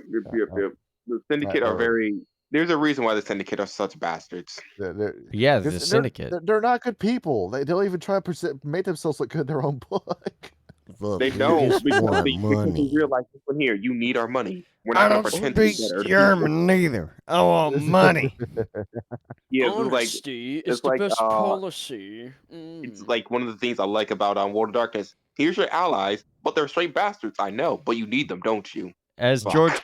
George Carlin once put it, honesty is the best policy, but by default, by elimination, dishonesty is always the second best policy. God bless that man. Hell yeah. Alright. Well, good And- night, and- everybody. Yeah, it's a All wrap. right. GM. Au revoir. Touch the bog and see what happens.